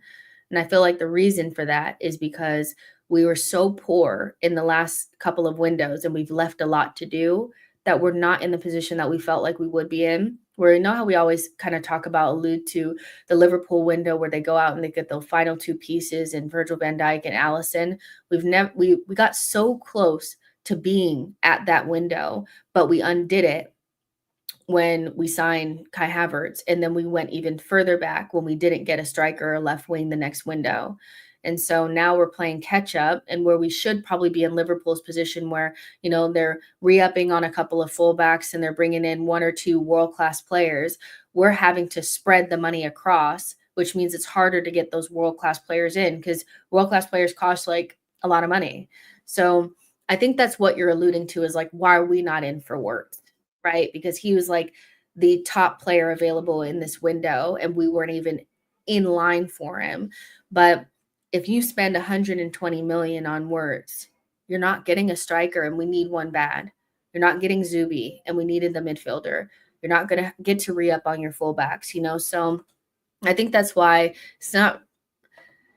it's probably not what you want to hear, but I feel like that's the reason why. And we're at the behest of the market. And I think if you can get Rodrigo, if you get Hato, and if you get Zubi, I don't think you could begrudge that because those are probably the best in market that you can get, even if you don't consider them world class, which so I could live with that. The striker is not going to be world class, which is probably disappointing. But again, the market is what it is. None of the players that are on the market right now are world class, So, yeah, we just weren't in a position to get Wirtz or be in the market for him. And that's because of the sins of the past, in my opinion.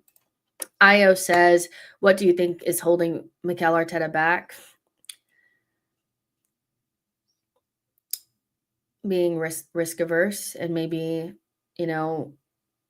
being too reactionary about what happened 2 seasons ago or, and doubling down on this style, or doubling down on trying to keep people from hurting us instead of being the type of aggressive attacking side that he tried to do before.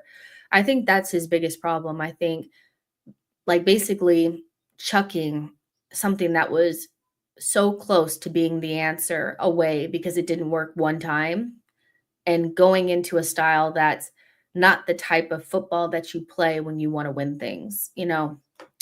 I think that's kind of what's holding him back, is not being brave enough to play a style that's going to really dominate, leave us maybe vulnerable, but we're going to score 5 or 6, kind of thing. He's trying to play on the margins. He's trying to datafy everything, kind of do equations to get to an answer where he needs to embrace the natural chaos and healthy randomness of football, play a funner, more fun style, allow his attackers to have a little bit of fun and embrace fun attacking football and not try to stop teams from hurting us because you're scared.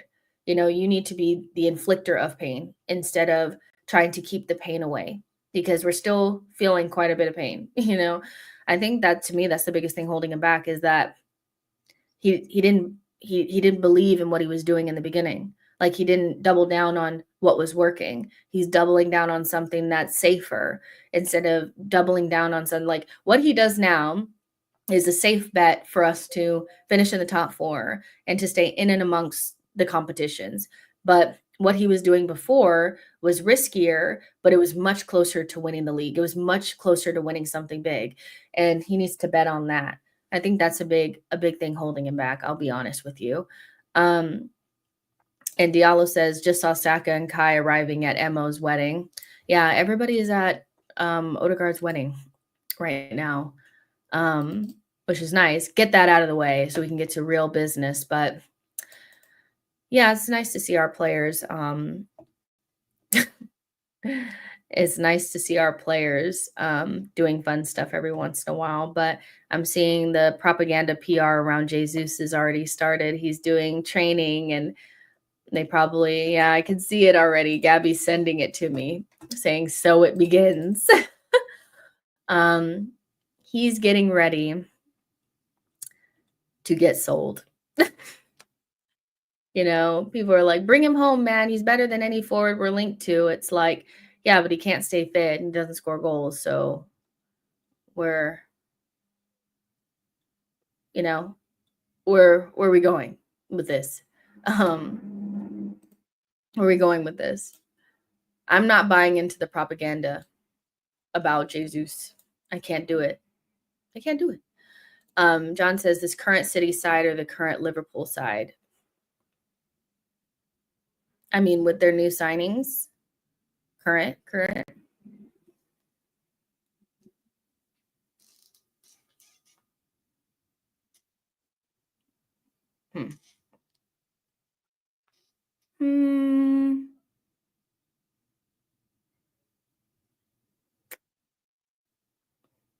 Liverpool?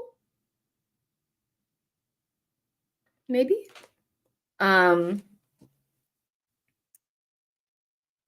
Yeah, Liverpool. Salah. No, actually, I'm lying. City. Yeah, City. Because they have Marmoush. They have Marmoush with Holland, Turkey, Reinders, Rodri. Yeah, current City side. Yep. Current City side for sure. The Liverpool probably do have a better defense. So, yeah. Dio says Rodrigo is long clear of Jesus. City's defense ain't all that. City for me, but those two teams are so clear of everyone else at the moment. Unfindable says you can't want Buadi when you said you didn't want DM depth. That's not really what I said, unfindable, but fair enough. If somebody asks me who I would take if we get DM depth, then I can answer the question. But I feel like what people still are not grasping, probably mostly because they don't want to grasp it, but I implore you to hold on. But if we have to maneuver things around and kind of do with what we have, I think we have enough players that can play in the DM position where we could skip it, so utilizing MLS there. We know we have Rice and we know we have, Zubamendi.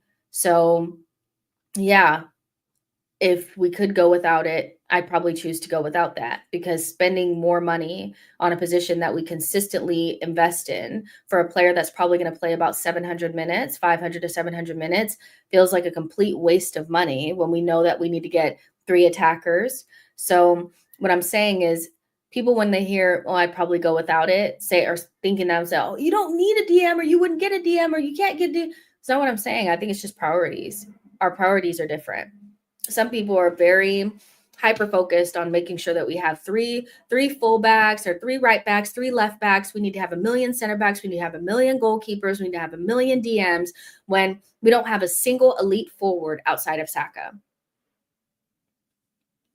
It's just not a priority. I think you need 2 good players in each position. Right now you have Calafiori and MLS. You have Timber and you have White.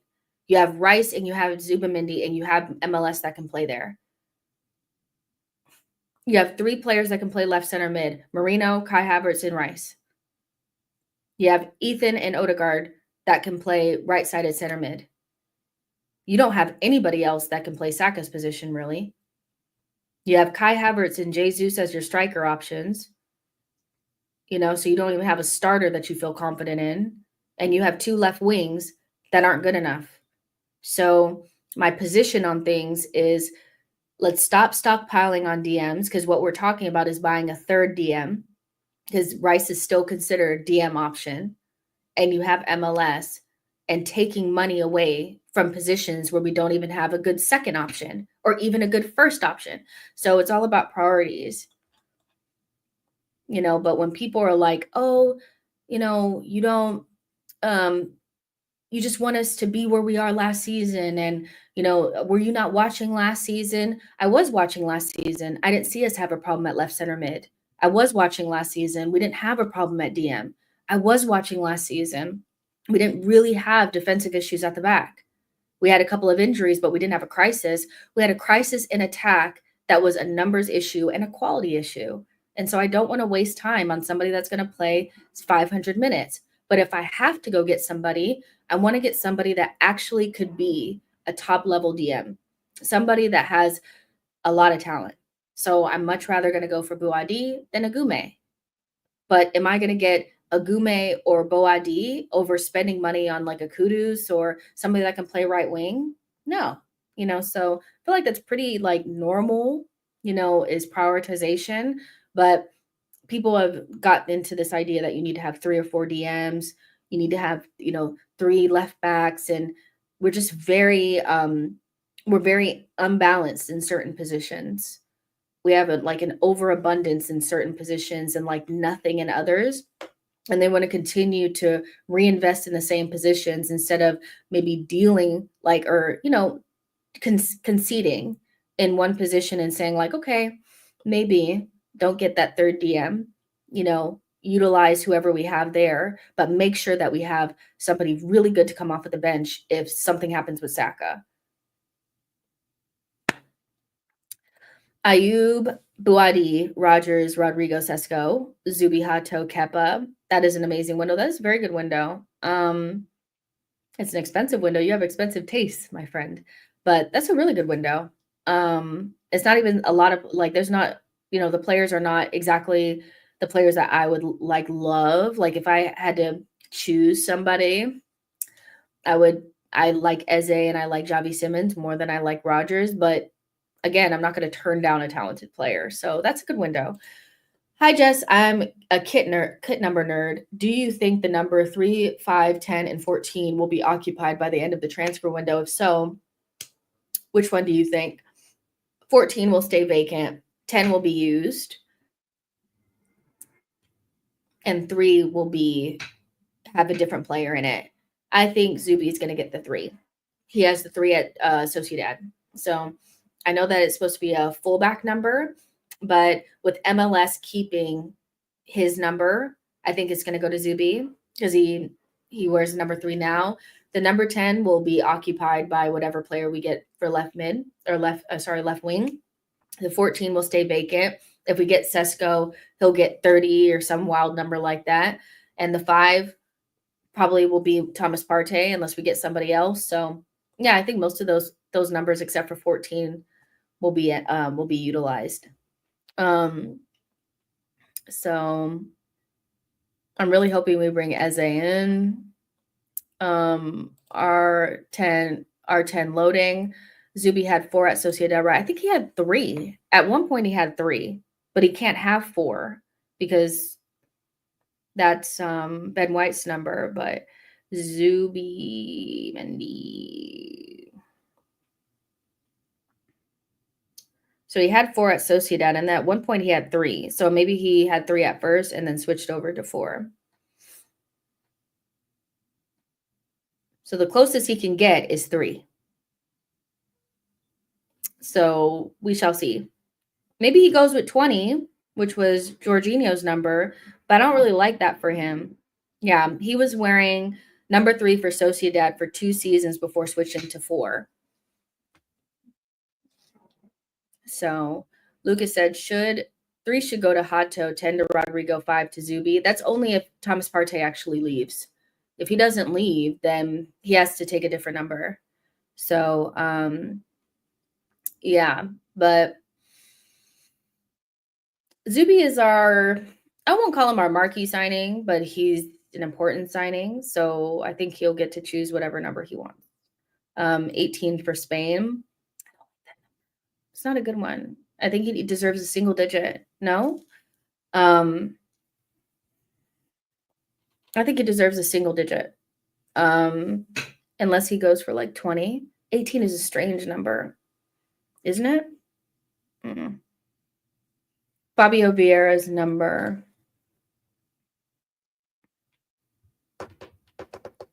What's his number? 20 something? What number did Fabio Vieira have? PV 4. Who is PV? 21. I think he needs a single digit. That's what I think. I think he needs to get a single digit. So I'm thinking 30 for Sesko because I think he's 30 now. So, but I'm very, Patrick Vieira 4. Got it. I was like, who's PV? We ain't got no PV on our team. But I'm kind of traditional and kind of like don't like, because I actually was annoyed when both Rice and Kai got those big ass numbers, but then I understand that there's meaning behind it. But if it was up to me, Rice would have gotten a small number, but I'm very like traditional when it comes to the numbers. So I don't know.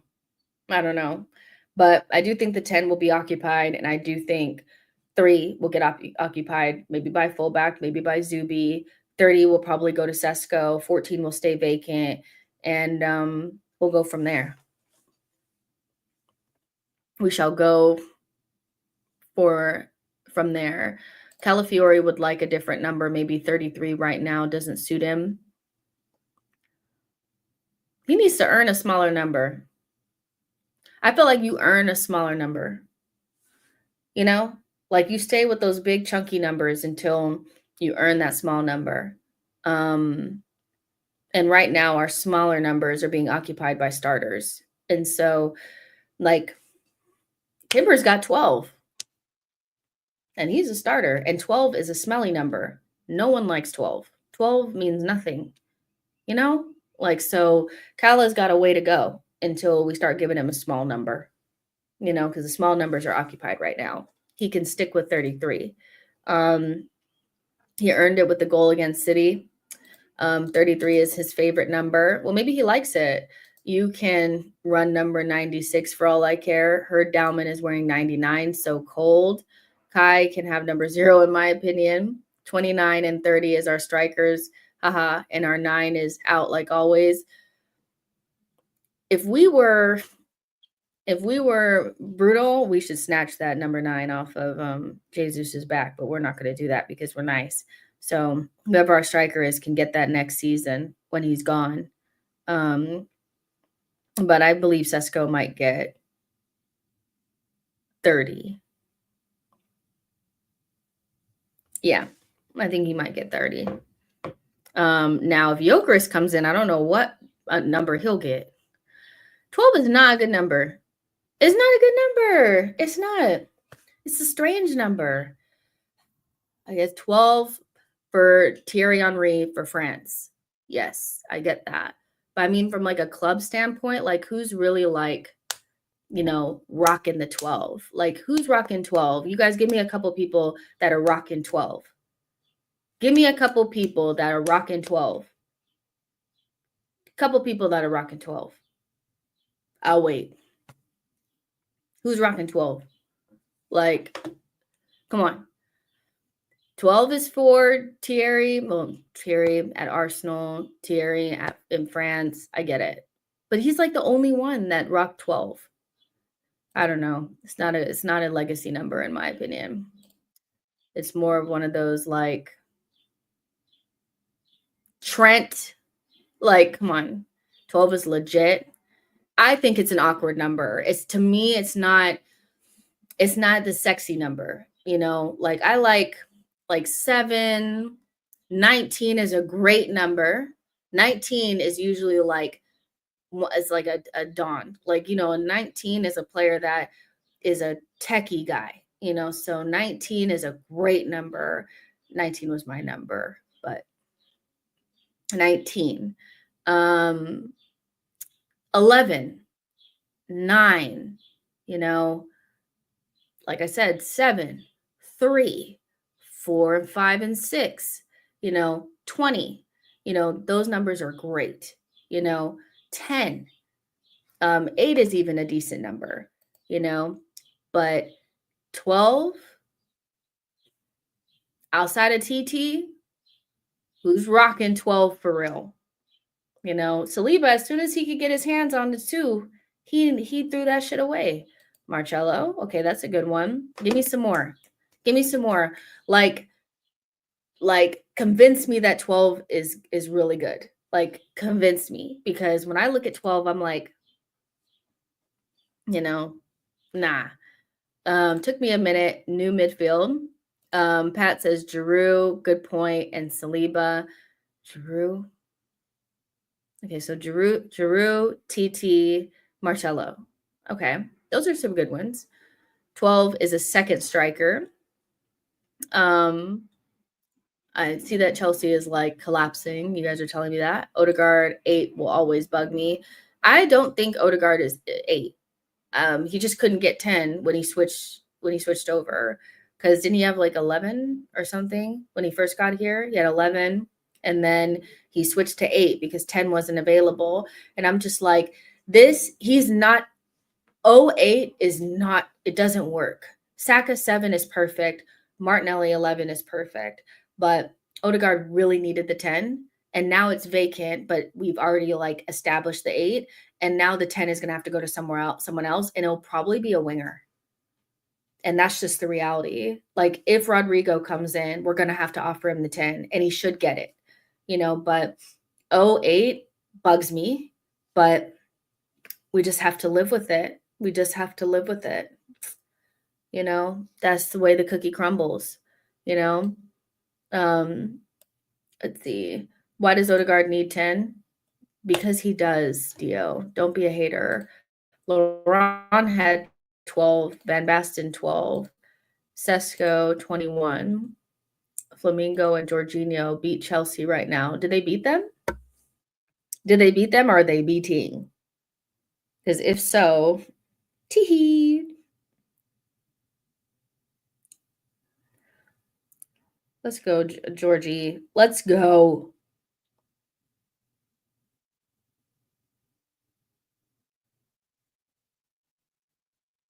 Why don't I see it?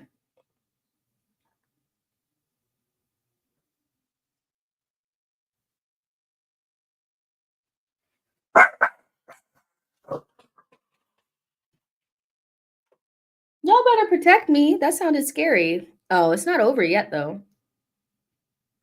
Hopefully they don't score any more goals. Yeah, Club World Cup is actually a really good tournament. I think it just needed a minute to get going. Gallus got the 10. Give me a break. That was when I knew Arsenal were very deeply, deeply unserious. Thought I was the only shirt nerd out here. No, I think a lot of us are very like traditional when it comes to the numbers, and we want them to go to the right place in the right places and the right players. Some numbers just don't have the same je ne sais quoi as other numbers.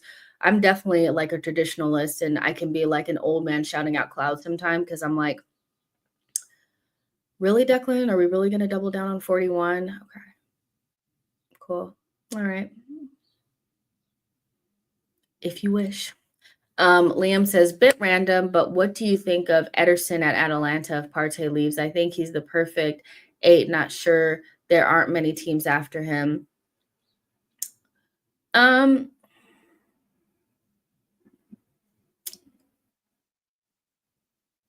What we'd have to give Atalanta to get him in the door. I feel, I don't really have big thoughts on him because he's not a player that I like have stocks in or think is shit or anything like that. But I don't know if we need to go that big for a backup, DM. I feel like a young player with a really high ceiling would be a better option, because I don't think Ederson is going to go somewhere where he's not going to start. So, and I'm not sure that he's the type of player either that is going to could play lone 6 for Arsenal. So yeah, I would probably steer maybe away from him, but I know he's a good player. I just don't know if he's right for us. And if we need an 8 or somebody that plays a little bit further forward, I'd prefer it to be somebody that has, like, good GA, somebody that's gonna give us goals, and assists and things like that. So, yeah, I don't need an 8. I say we go double pivot and let Rice box to box run everywhere. Uh, he bossed the midfield when we played them. He did, but, I mean, we let a lot of people boss us. So, I don't know if that's a really good, like, remit for things. And just because somebody plays well against us doesn't mean that we should get them. I just feel like I don't know where he fits in. If he's not an 8 that scores goals and gets assists and helps us in the final third, I think somebody that's more defensive minded is something that we need to stay away from. And if we go for a traditional DM, it should be somebody that we envision playing as a lone 6 for Arsenal long term. And I don't think he fills that remit in any way, but he is a good player. Baena is going to Atletico, guys. The dominoes have already fallen. Baena to Madrid, and then Alberto Malero is going to replace Baena at Villarreal. Baena is like the perfect player to go to Atletico Madrid, by the way. They are recruiting players that fit that profile. Baena is feisty. They wanted to get Romero. They're looking at Emi Martinez. They're definitely getting players that fit their vibe, if that makes sense. So Bayern is going to the perfect place for him. I would have loved him at Arsenal, but he is a little feisty, and he's not somebody that's going to do well in our Arteta system. So he'll do great there. Like, he'll be great there. Player club fit is critical. If Partey leaves and we get Zubamendi and we don't sign a midfielder, do you think we have upgraded in that position? Unpopular opinion. I know that people really rate Thomas Partey, but I think they're underrating Zubamendi. Partey is a good player and has done good things for us and has been, in spans and at different times has been really good for us. But Zubamendi is quite literally one of the best 6s available. He's young, and he could have went to bigger and more successful teams. He could have went to Real Madrid. He could have went to Liverpool. To me, I think only because he played for Real Sociedad and because he, maybe on his comps, it's not, maybe as clear, or he doesn't do the things that DMs like we're expecting to see, like smashing tackles and stuff like that. People are underrating him, but this is a huge coup. Like, this is a huge coup. I don't think, people realize how big of a deal it is to have gotten Zubamendi when Real Madrid needs a player like Xabi is.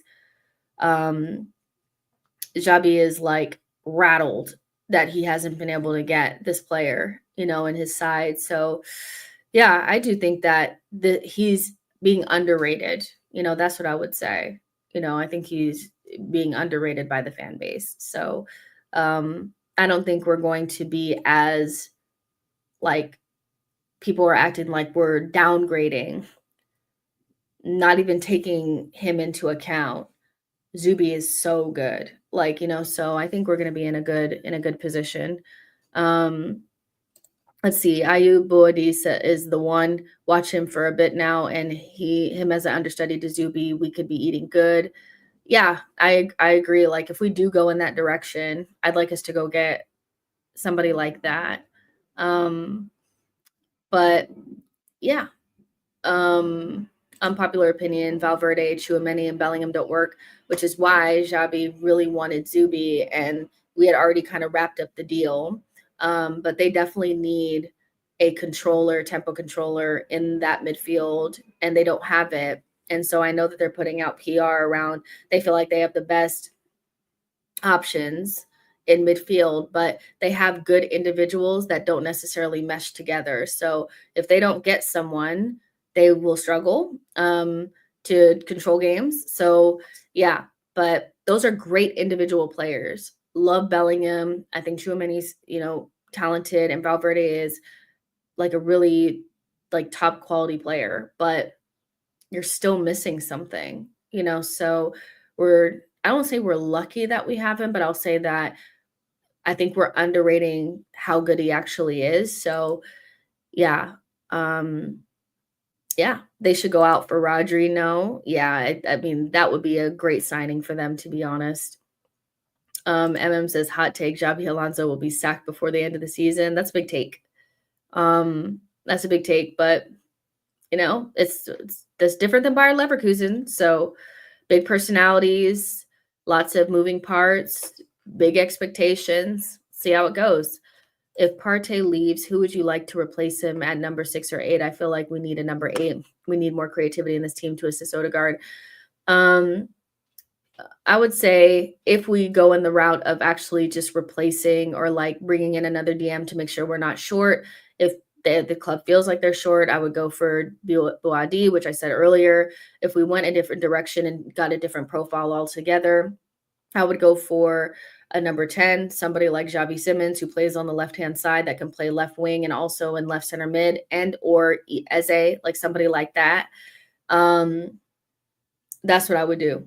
Arteta doesn't seem to have an eye for eights, and eights that are like McAllister or are like Tijani Reinders are very hard to come by. And so I don't see a lot of those on the market, but I see a lot of left-sided creative attacking midfielders.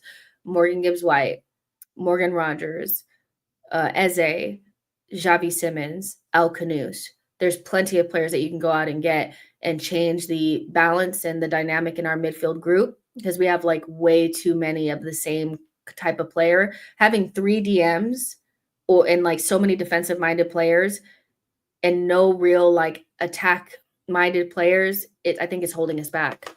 So yeah, Arteta's coach's voice, we need to hear him explain the midfield vision. I mean, I would love to see him on coach's voice or whatever that is, so we know what is going on. Do you think MLS has what it takes to bench Rice at left center mid? No. Rice is future captain. He's not going to bench MLS. Could they play together? Yeah, I do. I think so. But MLS is, and actually MLS is probably a future captain as well, if we're honest. But no, I don't think he can bench Rice at this stage. I think what Rice has that we need at left center mid, even if we don't like it, is goals. And MLS to me hasn't really shown an eye for goal yet. That could develop, but in our type of midfield, I'd be afraid to, I think he would need to develop a good goal threat in order to bench Declan. Declan is first name on the team sheet for probably like the next 5-6 years at Arsenal. It'll be really hard to get him out of that spot.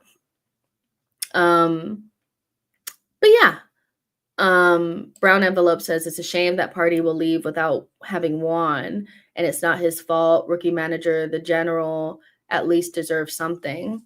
I mean, let's say I say on that the better, but I think more than just him, it would be a shame of this group didn't win anything, not just him. We might as well get Yeremy Pino. Come on now. Where do you think MLS could end up position-wise by the next season? As an option at left center mid and or the 6, I think. I think he can play in that. I think he can play in those 2 positions for sure. Arsenal needs a creative midfielder to win the Prem. Odegaard ain't that guy. Considering the difficult fixtures, if Odegaard starts the season poorly, do you think Arteta will be brave enough to start Ethan? No, I don't. But I don't think Odegaard will start the season poorly. If you've been watching him for the last, end of the season and then him with Norway, he's probably going to be fine, so yeah, but I don't really think so.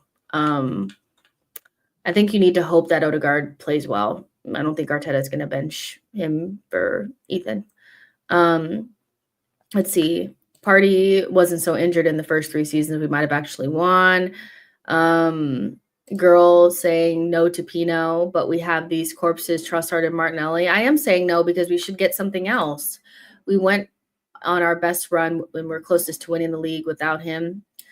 I like MLS ball carrying, though. Remember when he dribbled past Everton? I like his ball carrying as well. I just think,